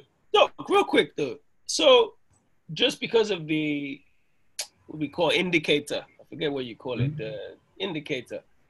Mm-hmm. They handcuff you and put you in the back of the car, or is it because of the root beer, or is it just in general that's how they are? No, it's because they are Neanderthals and cave beasts. Yes, yeah, I know. And they do what Neanderthals and cave beasts do. So, they have what they call fishing trips, which is that if they find any reason to stop you, then they just keep going, because they're like, eventually you got to have something. Yeah. And then sometimes it's, if you don't have something, we'll put something there. So you'd experienced anything like this before? Yeah, you get pulled. I've gotten pulled over numerous times, searched and whatever. So this is, you come to think of it as almost normal, right? For police to stop you for whatever. But I always got out because there was never anything. And I was fortunate enough not to have anyone plant something on me up to that point in time. But not everybody is that lucky, obviously. And in Chicago, they had this Neanderthal called John Burge, who not only would arrest people, but he would torture them until they confessed to murders that they had nothing to do with, which is why Illinois had to put a moratorium on the death penalty when that came out, because all these black people who are on death row, he would be torturing them, putting car batteries on their testicles and all type of stuff. Anyway, so Chicago is a very dangerous place for any black person, but the U.S. and then any place that's under the jurisdiction of Neanderthals and cave beasts is a very dangerous place for Africans. So I'm sitting there and they go in the trunk and then they pull out the bag, and that's where it really dawned on me that, yo, dang. Anyway, they put it on the hood of the cop car, and they start looking in, they look in a box that's in the bag, and then they pull it out that, oh yeah, we got him. Now that would have been a misdemeanor. And so they take me to booking. My pregnant wife, they put her out on the street on the south side of Chicago at night, which is not the safest place to be, but Neanderthals and cave beasts don't care about the safest place to be for Africans, obviously. And then they pick me up and then take me to whatever it is, booking or the precinct or whatever. Now, as I'm there, I have this bag that I always carry. If you look at any of my pictures, I have this bag that I always carry around my neck. Yeah. It has Dikenga on it, because Dikenga is... Even back then, you always used to have one. Yeah. I had that since like 99-ish somewhere. Wow. But didn't always have Dikenga on it. I like it, man, with the shells to show the sun, of course. I like that, man. I always use that to explain to people. I saw you explain the sunrise concept of life thing. And man, my brother, please, if you have one, you keep one for me when I come, please. What, a bag like that? Yeah, please, man. Please. Honestly. You know, I bought the bag initially, but I put the cowrie shells on myself. Okay. After I had read Self-Healing Power and Therapy by Nganga Fukia, where he explains what Dikenga is. Okay. So I put the Dikenga on in like 2003 after I came back from Nigeria. Okay. So you just so you won't find it like that. You bought the pouch separately and then you put the cowries on your... Exactly. Okay. You won't find it like that. Hello? Hello, who's this? This is Kweko. Kweko. Hello. Kedu? Odema. Is he going? Good girl. Is that a girl or boy? He's a boy, but everybody thinks he's a girl. They say he's too cute to be a boy. Yeah, okay. Because I have my brother, same thing. My oldest, in fact, I've given up correcting people, man. Honestly. All right.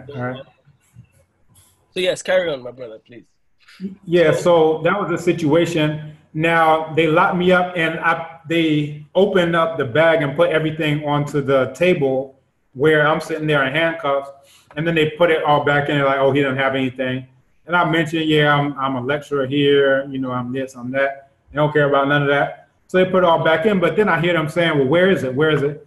They're booking me in, putting stuff in the computer, but they're like, where is it? I don't know what they're talking about. And I'm thinking they're talking about the knife, right, that I had put into the seat. But I'm like, well, if they saw it, why would they be asking where is it? But anyway, I don't know. So the next morning, I get bailed out. Now, as I'm there, I'm saying about my wife. Go ahead. How much was the bail? I don't remember. But it was in the thousands. Or bond or whatever it was. I think it was made like 10,000 bond or whatever. Okay.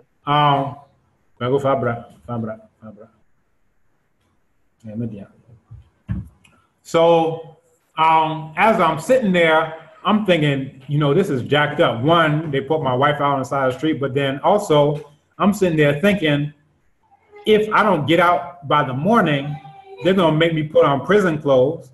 And I said, every day of my life, I'm gonna wear African clothes. That's gonna be a major problem. So I need to get out of here before morning, because I ain't trying to, if I say that this is what I'm gonna do for the rest of my life, that's what I need to be doing. So I get bailed out the next morning. The brother said, you know what? They said it was something different. They said it was under the seat. So the brother Naka, who came to pick me up, he said, where was it? I said it was in the trunk. He said, yeah, they changed it up. They said it was on the seat. Now, the first two Leander thugs were female rookies, and then they had backup two male, you know, not old, but maybe somewhere in their 40s, but they're quote unquote veterans. So they went back into the computer system in front of me, and then they changed it because they got a call from the state's attorney to tell them to bump it up to a felony, say it was this. So they changed the story from they found it in the trunk to they found it under my seat, loaded. Now it's unloaded in the trunk, they changed it to that. Now, how in the world you would see a black gun underneath a seat at night in the shadows and you don't have a flashlight? They obviously didn't think through it very well, but they're just like, they don't have to think through it very well. If a white, you know, Neanderthal says something, then that's it. So anyway, my father came, he flew in, and he said, let's go back to the scene of where it happened. So we went back there and we saw a brother who was just sitting there on the side. And before we even asked him, did he see what happened? He's like, oh, yeah, you were the one who got arrested, because I'm wearing all these African clothes. I stick out like a sore thumb on the south side of Chicago. So my father was like, oh, you saw what happened? He was like, yeah, who else dresses like this? Of course, I saw it. I remember they went into the trunk. So he like lays it down before we could even say anything to him. And that ended up being a very key part, because what I realized is that when I'm looking through my bag, that I see a key that I don't recognize, and it's a key to the police car. And that's what they were saying. Where is it? Where is it? Where is it? Where is it? That when they spilled all my stuff out and then they put everything back in, they put the car key in there as well. So in the preliminary trial, it's dismissed, right? There's no evidence, whatever, they dismiss it. But then the state's attorney, who is the one who had them bump it up to a felony from a misdemeanor, decides to bring it back up.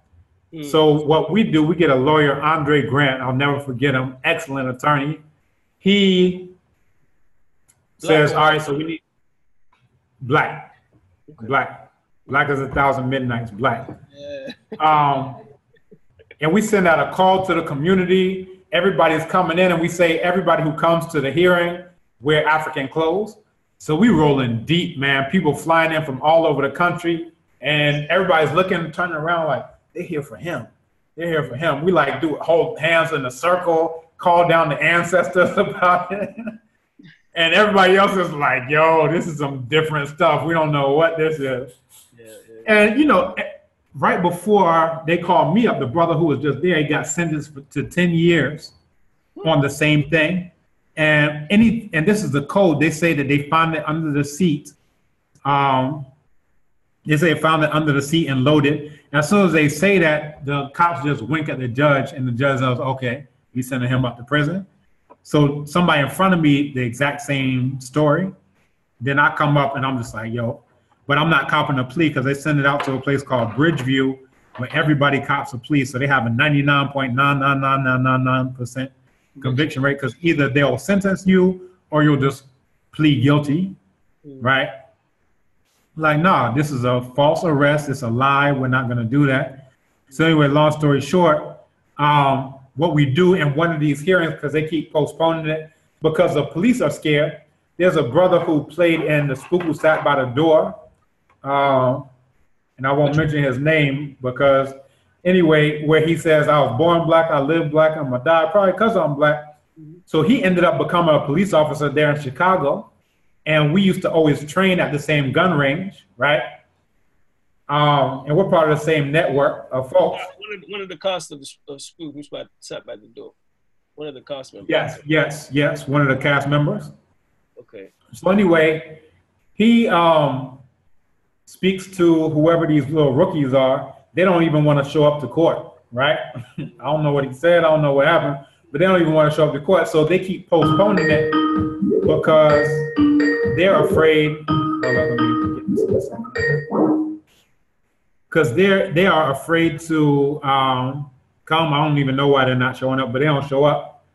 So anyway, what we do at one of the hearings is we introduce some evidence.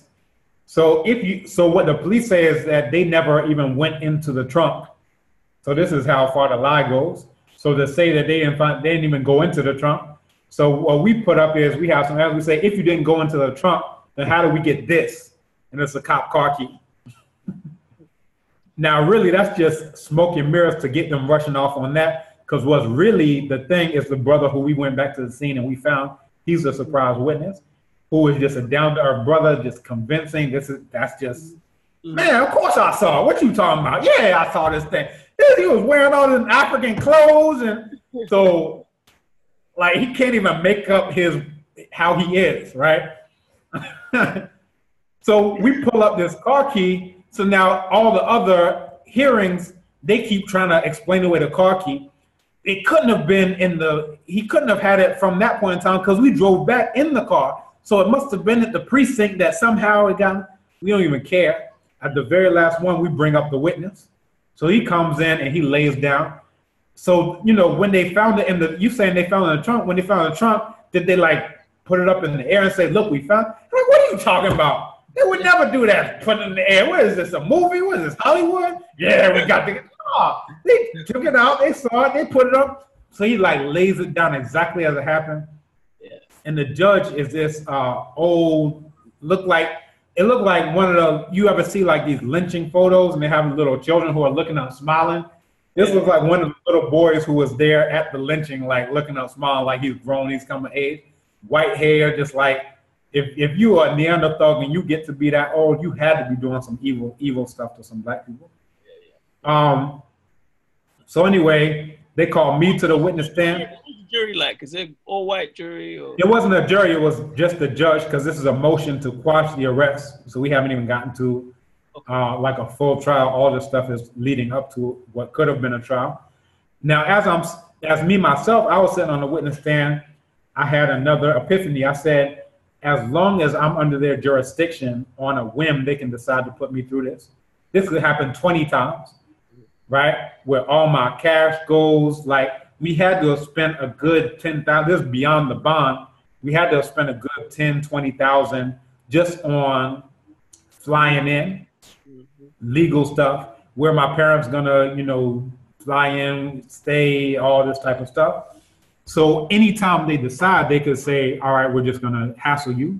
Yeah. So I was sitting there and I said, as long as I'm in their jurisdiction, that on a whim, they could decide to do this. So I'm not gonna be in their jurisdiction. So I was sitting there and I said, within 1 year, I'm gonna repatriate, I'm out of here.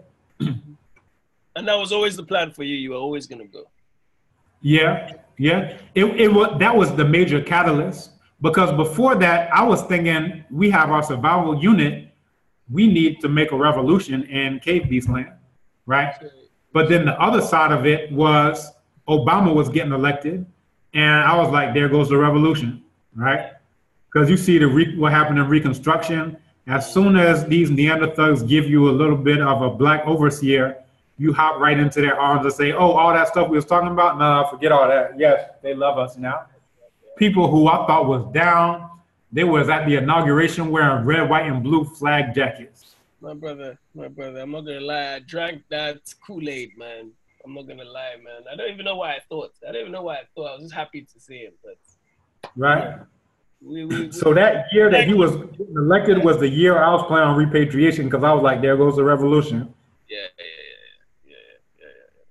Okay, so then so this smoking gun of witness comes out, and then yeah. So anyway, at the end, you know, and I explained everything. You know, I was there. I had gotten some ice cream from my fiance and whatever. So at the end, the white judge is like, I found the defense's case to be more credible and believable than the police's case. So on that note, I'm dismissing it. And I remember as I was leaving, he was like, he said something about the ice cream that I had mentioned spilled, but basically like, yeah, I believe your story that you had ice cream that they didn't let you spill. So basically something like either I hope you get some more ice cream or something. I don't even remember. But I was just like, I'm done. So from there, I was working 18 jobs. Literally, I counted them all up one time, where I was hosting, doing web design, teaching Tree, teaching Yoruba, teaching Wolof, teaching Capoeira at 2 different schools, teaching at Chicago State. I I don't even know. But all this different stuff, because I was like, I'm getting $40,000 by next year, and we're gonna be out. And I was very close to the 40,000, but then we're out of school, so some of the other things, so it started dwindling down towards 30. I'm like, we're out. So September 6th, 2008, I was like, yo, it's flight time, right? That's what my father said, right? Donald Byrd, it's flight time. We out. So we repatriated. So that was the immediate catalyst. One, the whole case and all that, in that on a whim, we could be subjected to this. But then the other side was, there goes a revolution. Obama's coming in, all these people who's supposed to be about African liberation, it was really just integrationists undercover. The only reason they had an issue was that they couldn't get their slice of the ill-gotten gains. So. Okay, and now so you guys were planning. You and your wife were planning your wedding. Let me ask you, what sort of wedding did you have? Like, did you do like because I think with us we do. Me at the time I got married, let me not lie, we were Christians. So don't hold it against me. But we did our traditional, what they call traditional wedding. We did our proper wedding first before we did the church wedding. But explain to me what your wedding was like, because I know your parents, they did something very interesting. I think they exchanged names, you said, at their wedding. Instead of rings and all that type of stuff. So how was it different? What did you and your wife do? Yeah, my wife, I mentioned that to my wife, and she said, oh, let's do that too. I was like, well, I already got an African name, so I don't know what you're talking about. We got to upgrade your side, but me, I'm cool. Yeah. But what we did is that there's a place, Legon Botanical Gardens, and we got an Okomfor, which is a traditional healer, diviner, to do the ceremony, and it was beautiful, man. They have a lake there with an island in the middle, so we had the ceremony. We did the tasting of the different elements. On the Yoruba side, I had my ancestral shrine there. Family came from all over, and we had this ritual thing where after the ceremony, we got into the boat and then went around the lake, together to symbolize that we're on this journey together, and then came to a different place to show we're in a different place now. So all this symbolism, libations, we had, all this.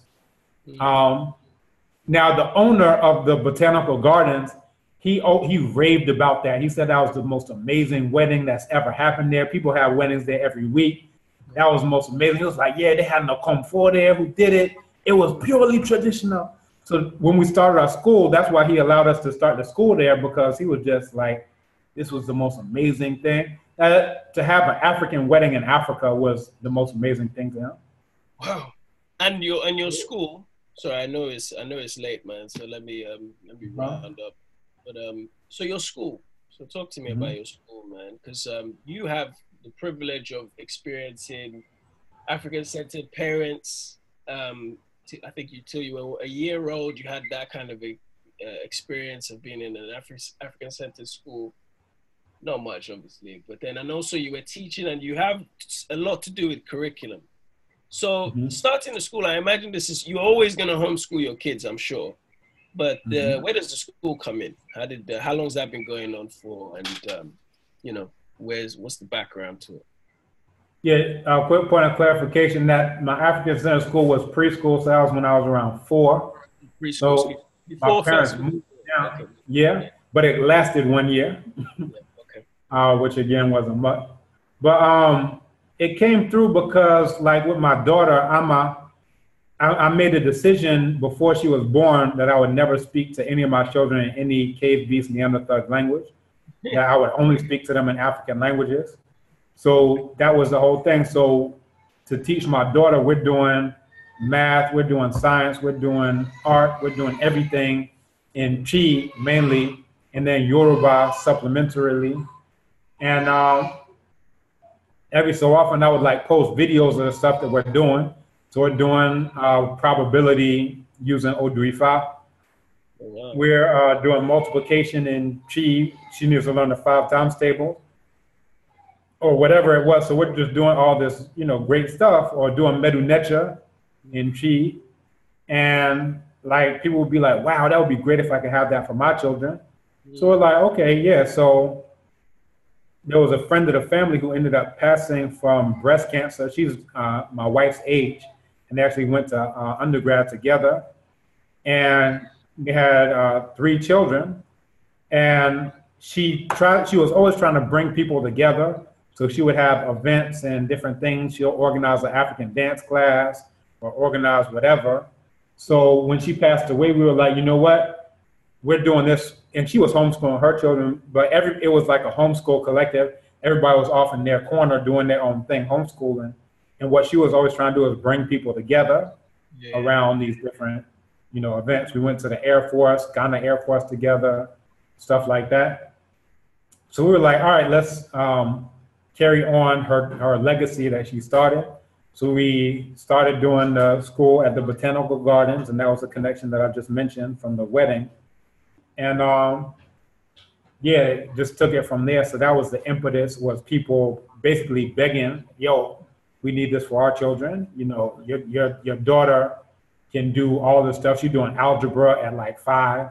She's doing, you know, all this advanced stuff. We want our children to do it as well. And expanded it out as how it became the school that it is now. And now you have how many kids, roughly? Right now we have about 9 or 10 who are here. We have 3 more who are in the UK, around your side. Oh, brother, get me in touch with them, man. Please, please, please. Okay, absolutely. Absolutely, because you know, I've asked you about this thing, please, man, because you know, my oldest is school age now, so I'll tell you about that one off camera. That was a long story, man. But anyway, so they're coming back. They just happen to be in the UK right now. Oh, I see. Okay. Yeah, but I'll put you in touch with some others who are based in the UK. They say they want to repatriate, but they haven't repatriated yet. They have Listen, Speak, Learn, Chi, the series of videos. And they're there, and you definitely need to connect with them. They would be beautiful people to connect. Please put me in touch with them.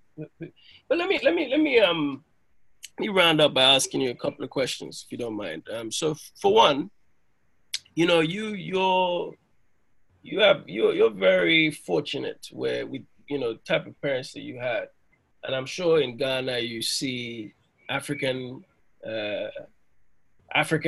people who have lived in Africa all their lives, but the mentality is elsewhere.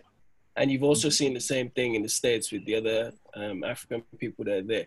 So generally, how do you, I know obviously it's not something, I think once you come to a certain point where you know the information, you want to share, but you've kind of known this information from the beginning. So in terms of, I'm sure some of the people in your school, that go to the school as well, are not necessarily, you know, I don't know, what's the word? Sold? What's the word? They're not completely on board. On board, exactly. So how do you, because you have I even see some of the things that you guys do online, some of your courses, some of the interviews. One interview you did with one woman. I'm like, I don't even know how you stay focused to talk to that woman. But how do you generally cope with people, you know, and with, you know, because you have a very unique position. You know, you are truly, you know, just going back to your great-grandfathers, your great-grandparents, you know, you're in a unique position. But how do you deal with the rest of us, you know, the rest of us who have just learned and are trying to re-Africanize and trying to bring as many people on board? You know, how do you generally deal with people like that? How do you, because your students, I've heard you talk a lot about your students, you know, they don't know who Imhotep is and all that, and, you know, and you can't really blame them, but at the same time, you have to, I know you're in a position where you are there to educate them and to bring them into the darkness, not even into the light, into the darkness, if you will, you know? So talk to me, my brother. How do you, because I really need to know how I can have family all around me who's been criticizing me for 4 or 5 years. Not that I'm particularly bothered, but, you know, this is something which, you know, you have a unique understanding of being an educator. I'm an educator myself as well. I teach maths as well, part-time. Been doing that for 10 years. So, you know, I'm same sort of way of thinking, but mine is very new, you know? So I might even ask you a question. Do you understand what I'm saying? Yeah. If I said anything that makes sense. So yeah, just generally, how do you cope? And also, what is your advice for people to try and, you know, help others get to this point? Yeah.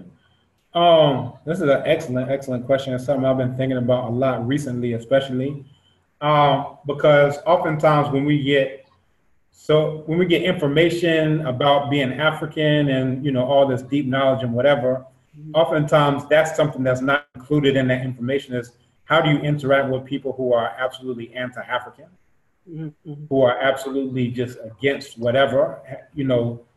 So I think as we're learning about our Imhoteps, our Nana Imhoteps, and our Nana Nzinga, and our whoever, also information needs to come through about, and this is how to interact with the people who hate learning about Imhotep because they've been taught that they're worthless, and at this late stage of the game to find out that they're worthwhile, that's too much cognitive dissonance for them. So now they're gonna block you.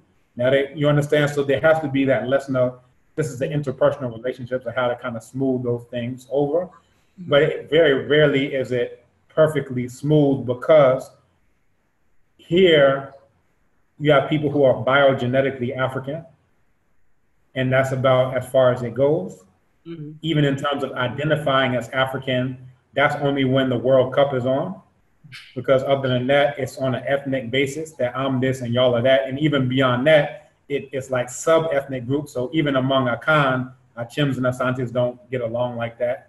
Or, you know, whoever, Fantis and Asantes or whoever, or Bono and Asante, like basically everybody is getting along with Asante.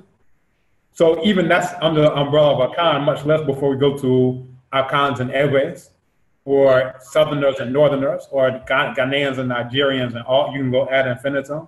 So even in terms of identity, that African consciousness is not there. And I just was finishing up a paper dealing with that in terms of how that lack of African consciousness shows in names, or where it does exist, how that shows in names and the names that we give our children. Is it a name from one single ethnic group? Then that shows we have ethnic conscious. If it's names from different ethnic groups, that's where it's actually becoming Pan-African in that type of sense. So looking at some of those things as well. But yeah, at our school, we have situations where one parent is gung-ho on board, and the other one is a Jehovah's Witness, like, I need to bring my child late so they don't have to pour libation, like that type of situation. And that's a situation. We have parents where both are on board, and those are the ones who are still with us. But we've had that type of challenge just on a day-to-day basis. Some who never even come because the father's like, yeah, this is what I need, this is great. And the mother's like, right? And usually that's how it works. But in terms of being here, I knew what I was getting into because I did a year of study abroad here. So I knew that the white cave beast on a stick, the imaginary white cave beast on a stick is there. You're gonna see the image all over. And I remember at the end of that year of study abroad, I was like, yo, one thing that I said is I need to go back to the US so I never have to see another US flag. So I never have to see another imaginary white cave beast on the stick, right? Because where we are, we have red, black, and green flags. We don't fly that, we don't salute it, we don't even see it in our sphere. Let's maybe go to the post office somewhere crazy. But I knew that that's what I was getting into. But by the end of that year, I'll say this: what is abnormal is common. What is abnormal is common. That is to say, it's very abnormal for African people to worship an imaginary white cave beast or to pray to a rock in the desert 5 times a day. These are things that are abnormal, but they're very common, right?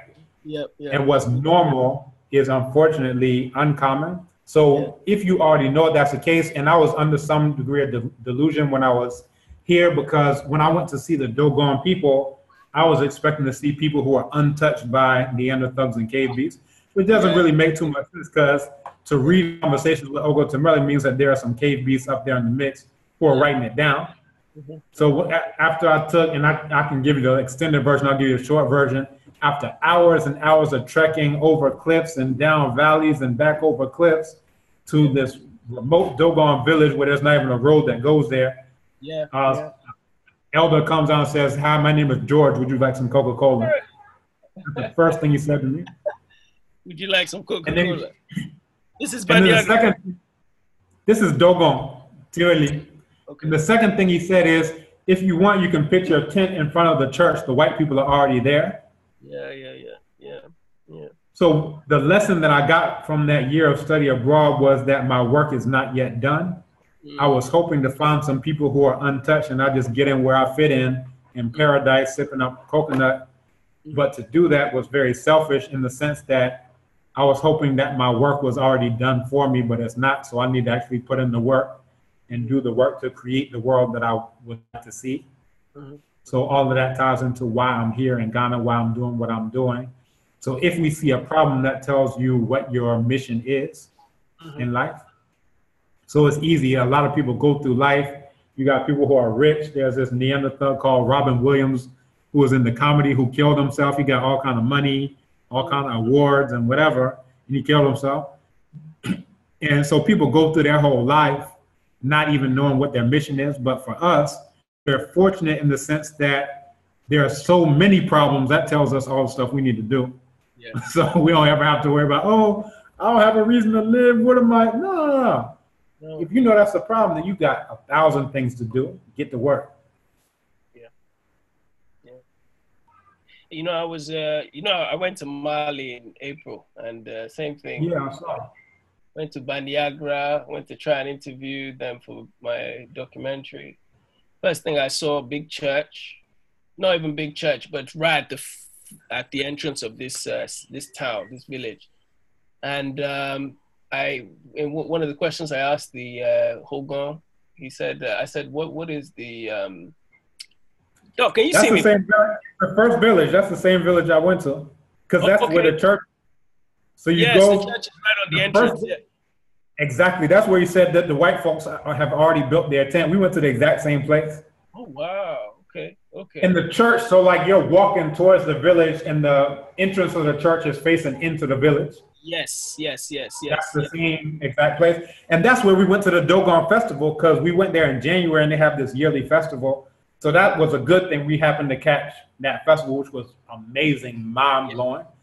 Never seen nothing like that before. The sisters dancing, the hunters dancing, all that. But my entrance into it is Coca-Cola, white folks, and church. And George, my name is George. Look it up. But there seems to be, I think there seems to be a preservation with their way of life to an extent, like just the way the certain cultural things that they can relate to with Christianity that they seem to be keeping. Everything else they've gone rid of, to be honest with you. Doc, can you see me, by the way? Because you're frozen on my you're frozen on my thing. I don't know why. You're not frozen on mine. I can see you. Okay, no problem. That's fine. So, there are things like here in Ghana, in southern Ghana, let me say, the staple crops are not indigenous here, right? So maize, cassava, plantain, those are the main things, whether it's fufu or kenke or akle or banku or whatever. So these are the staple crops here in southern Ghana. And yam is still here, right? But apart from the yam, which is indigenous, the other things are not indigenous here. But when you go to the north, that's where yam is what they do, millet is what they do. So at the Dogon village, that's where they were pounding millet, and they have baobab leaf sauce. It has the consistency of like okra stew. Okay. And that's a major thing that they've retained is like the foods. Yeah. Right. So to even get into Africa from a culinary perspective, you have to leave the coast, because here we like to talk about things being traditional. So if you ask anyone, all those are traditional foods, like the maize things. Oh, these people eat this, these people eat that. But they don't even know what the foods are. So people will walk by a baobab tree And I had a colleague, he's a Khan, and he eats fufu and all the other stuff. But I was eating like and the first time I ever had it was at the Dogon village, going from one to another. We passed by a baobab tree. They got the fruit, broke it open, and we just chewing, sucking on that inner white stuff. So there's one right next to African. There are two baobab trees right next to African studies that give fruit. So I got some of the fruit and I'm eating it. And the student comes in, he's like, is that food? Look at that. We go from that's what we all eat to we don't even know that that's food. All we know is food is what the Portuguese brought, the maize and the cassava and the whatever, all this other stuff, right? So that's our situation. And then the rice that were importing from China. And right. When rice was first domesticated here, and this is the thing, people don't even know rice is domesticated here, so they act like they got to eat rice with a knife and fork. Whereas if you go to Senegal and they say jollof rice, and they don't even know that they're talking about the people, the Jollof Empire. I know, yeah, I know. One of the oldest crops domesticated at the headwaters of the Niger River is rice, along with black-eyed peas. And I had an experience where I was in Kumasi at the funeral for the late Queen Mother of Asante, and I had asked for the black-eyed peas, and there was a line where people were waiting for fufu. Now, fufu is made out of cassava and plantain, neither of which are indigenous. I'm asking for black-eyed peas, which is one of the first domesticated crops in the history of the entire planet Earth, domesticated by African people. And the guy said, I need a pizza for Adbiani. He's saying that's pizza people's food, basically saying like that's some foreign food. You might as well be asking for pizza. Give me some fufu, right? So look at how backwards and upside down we are. We look at the thing that's foreign as indigenous, and we look at what's indigenous as what's foreign. And I got 4 more minutes until tree class, so we're gonna have to wrap it up. Okay, Doc. Okay, I'll leave it there. I'm sure we'll get a chance to talk again. But my brother, seriously, thank you very much for taking these 3 hours or so to talk to me. I appreciate it. Very much looking forward to coming to African Studies, man. I've seen I've seen enough of your lectures to be like, man, it'd be good to be a fly on the wall. But I'm also looking forward to coming to Abibi Faudie and seeing what little nuggets I can take from there and bring back. And it is my plan as well to come back home as soon as possible. But you know, it's a financial thing for me, honestly. Which once I reach that target, then I'll be gone. But I'll do it the other way. So for me, this is the advice I always give to people: is make it a date instead of a cash amount, because you'll never reach that cash amount. I'll tell you. Right. And that's what I had to do, because I was trying to get 40. I got in the 30s, and then it started dwindling down. If I would have said, "Well, wait till I get 40," I would be in Chicago right now getting arrested over something. Right? So my advice is put a date on it. And mine was a day after my father's birthday, which is actually September 5th. So we're now 3 days over my repatriation 10 years ago. Yeah. So 10 years and 3 days. So that would be my advice if you're open to it. Okay. And you were coming, you came back did you have your job at the university already when you came back? When you moved back, or were you? No. I was about to start the PhD program. Okay. So that was my way in, is that when I repatriated, I applied to the PhD program. I had 2 master's degrees already. So I just went straight into linguistics, did my doctorate, finished up, and then was hired right after. Okay. So you had enough money to take care of you for the year. So I repatriated in 2008. I finished my PhD in 2012. And the way I was able to do that was the online piece, because the money that I brought with me went like that. So teaching Chi online, teaching Yoruba online, doing websites, web hosting, web development, all type of stuff. Because when I first repatriated, they thought I was Ghanaian. I'm speaking Chi to everybody. And they were charging me 500 Ghana cedis. They saw my passport. I had already paid it into the bank, the 500. By the time I got back to the School of Graduate Studies, They saw my passport. They said that would be $4,000. Yeah. So they charged me in dollars there, but now they pay me in CDs now that I'm working there. So I think somebody think they slick. Doc, you got rid of your U.S. passport? My U.S. passport has expired, but I haven't yet renounced citizenship. Okay. And the main thing with that is actually financial, $2,500. And then they also ask you to do taxes going back, and I won't say too much about that. Right. Okay. So a lot of work there goes into it. Okay. Yeah, but I need to do it as soon as possible. So my passport expired sometime, I want to say this past April. And of course, I'm done. So I'm not renewing that. I have my Ghana passport. So I'm about to travel to Cote d'Ivoire, and then early next year, travel to South Africa. And it'll actually be my first time traveling on the Ghana passport. And that should be coming up. So you're applying for your visas?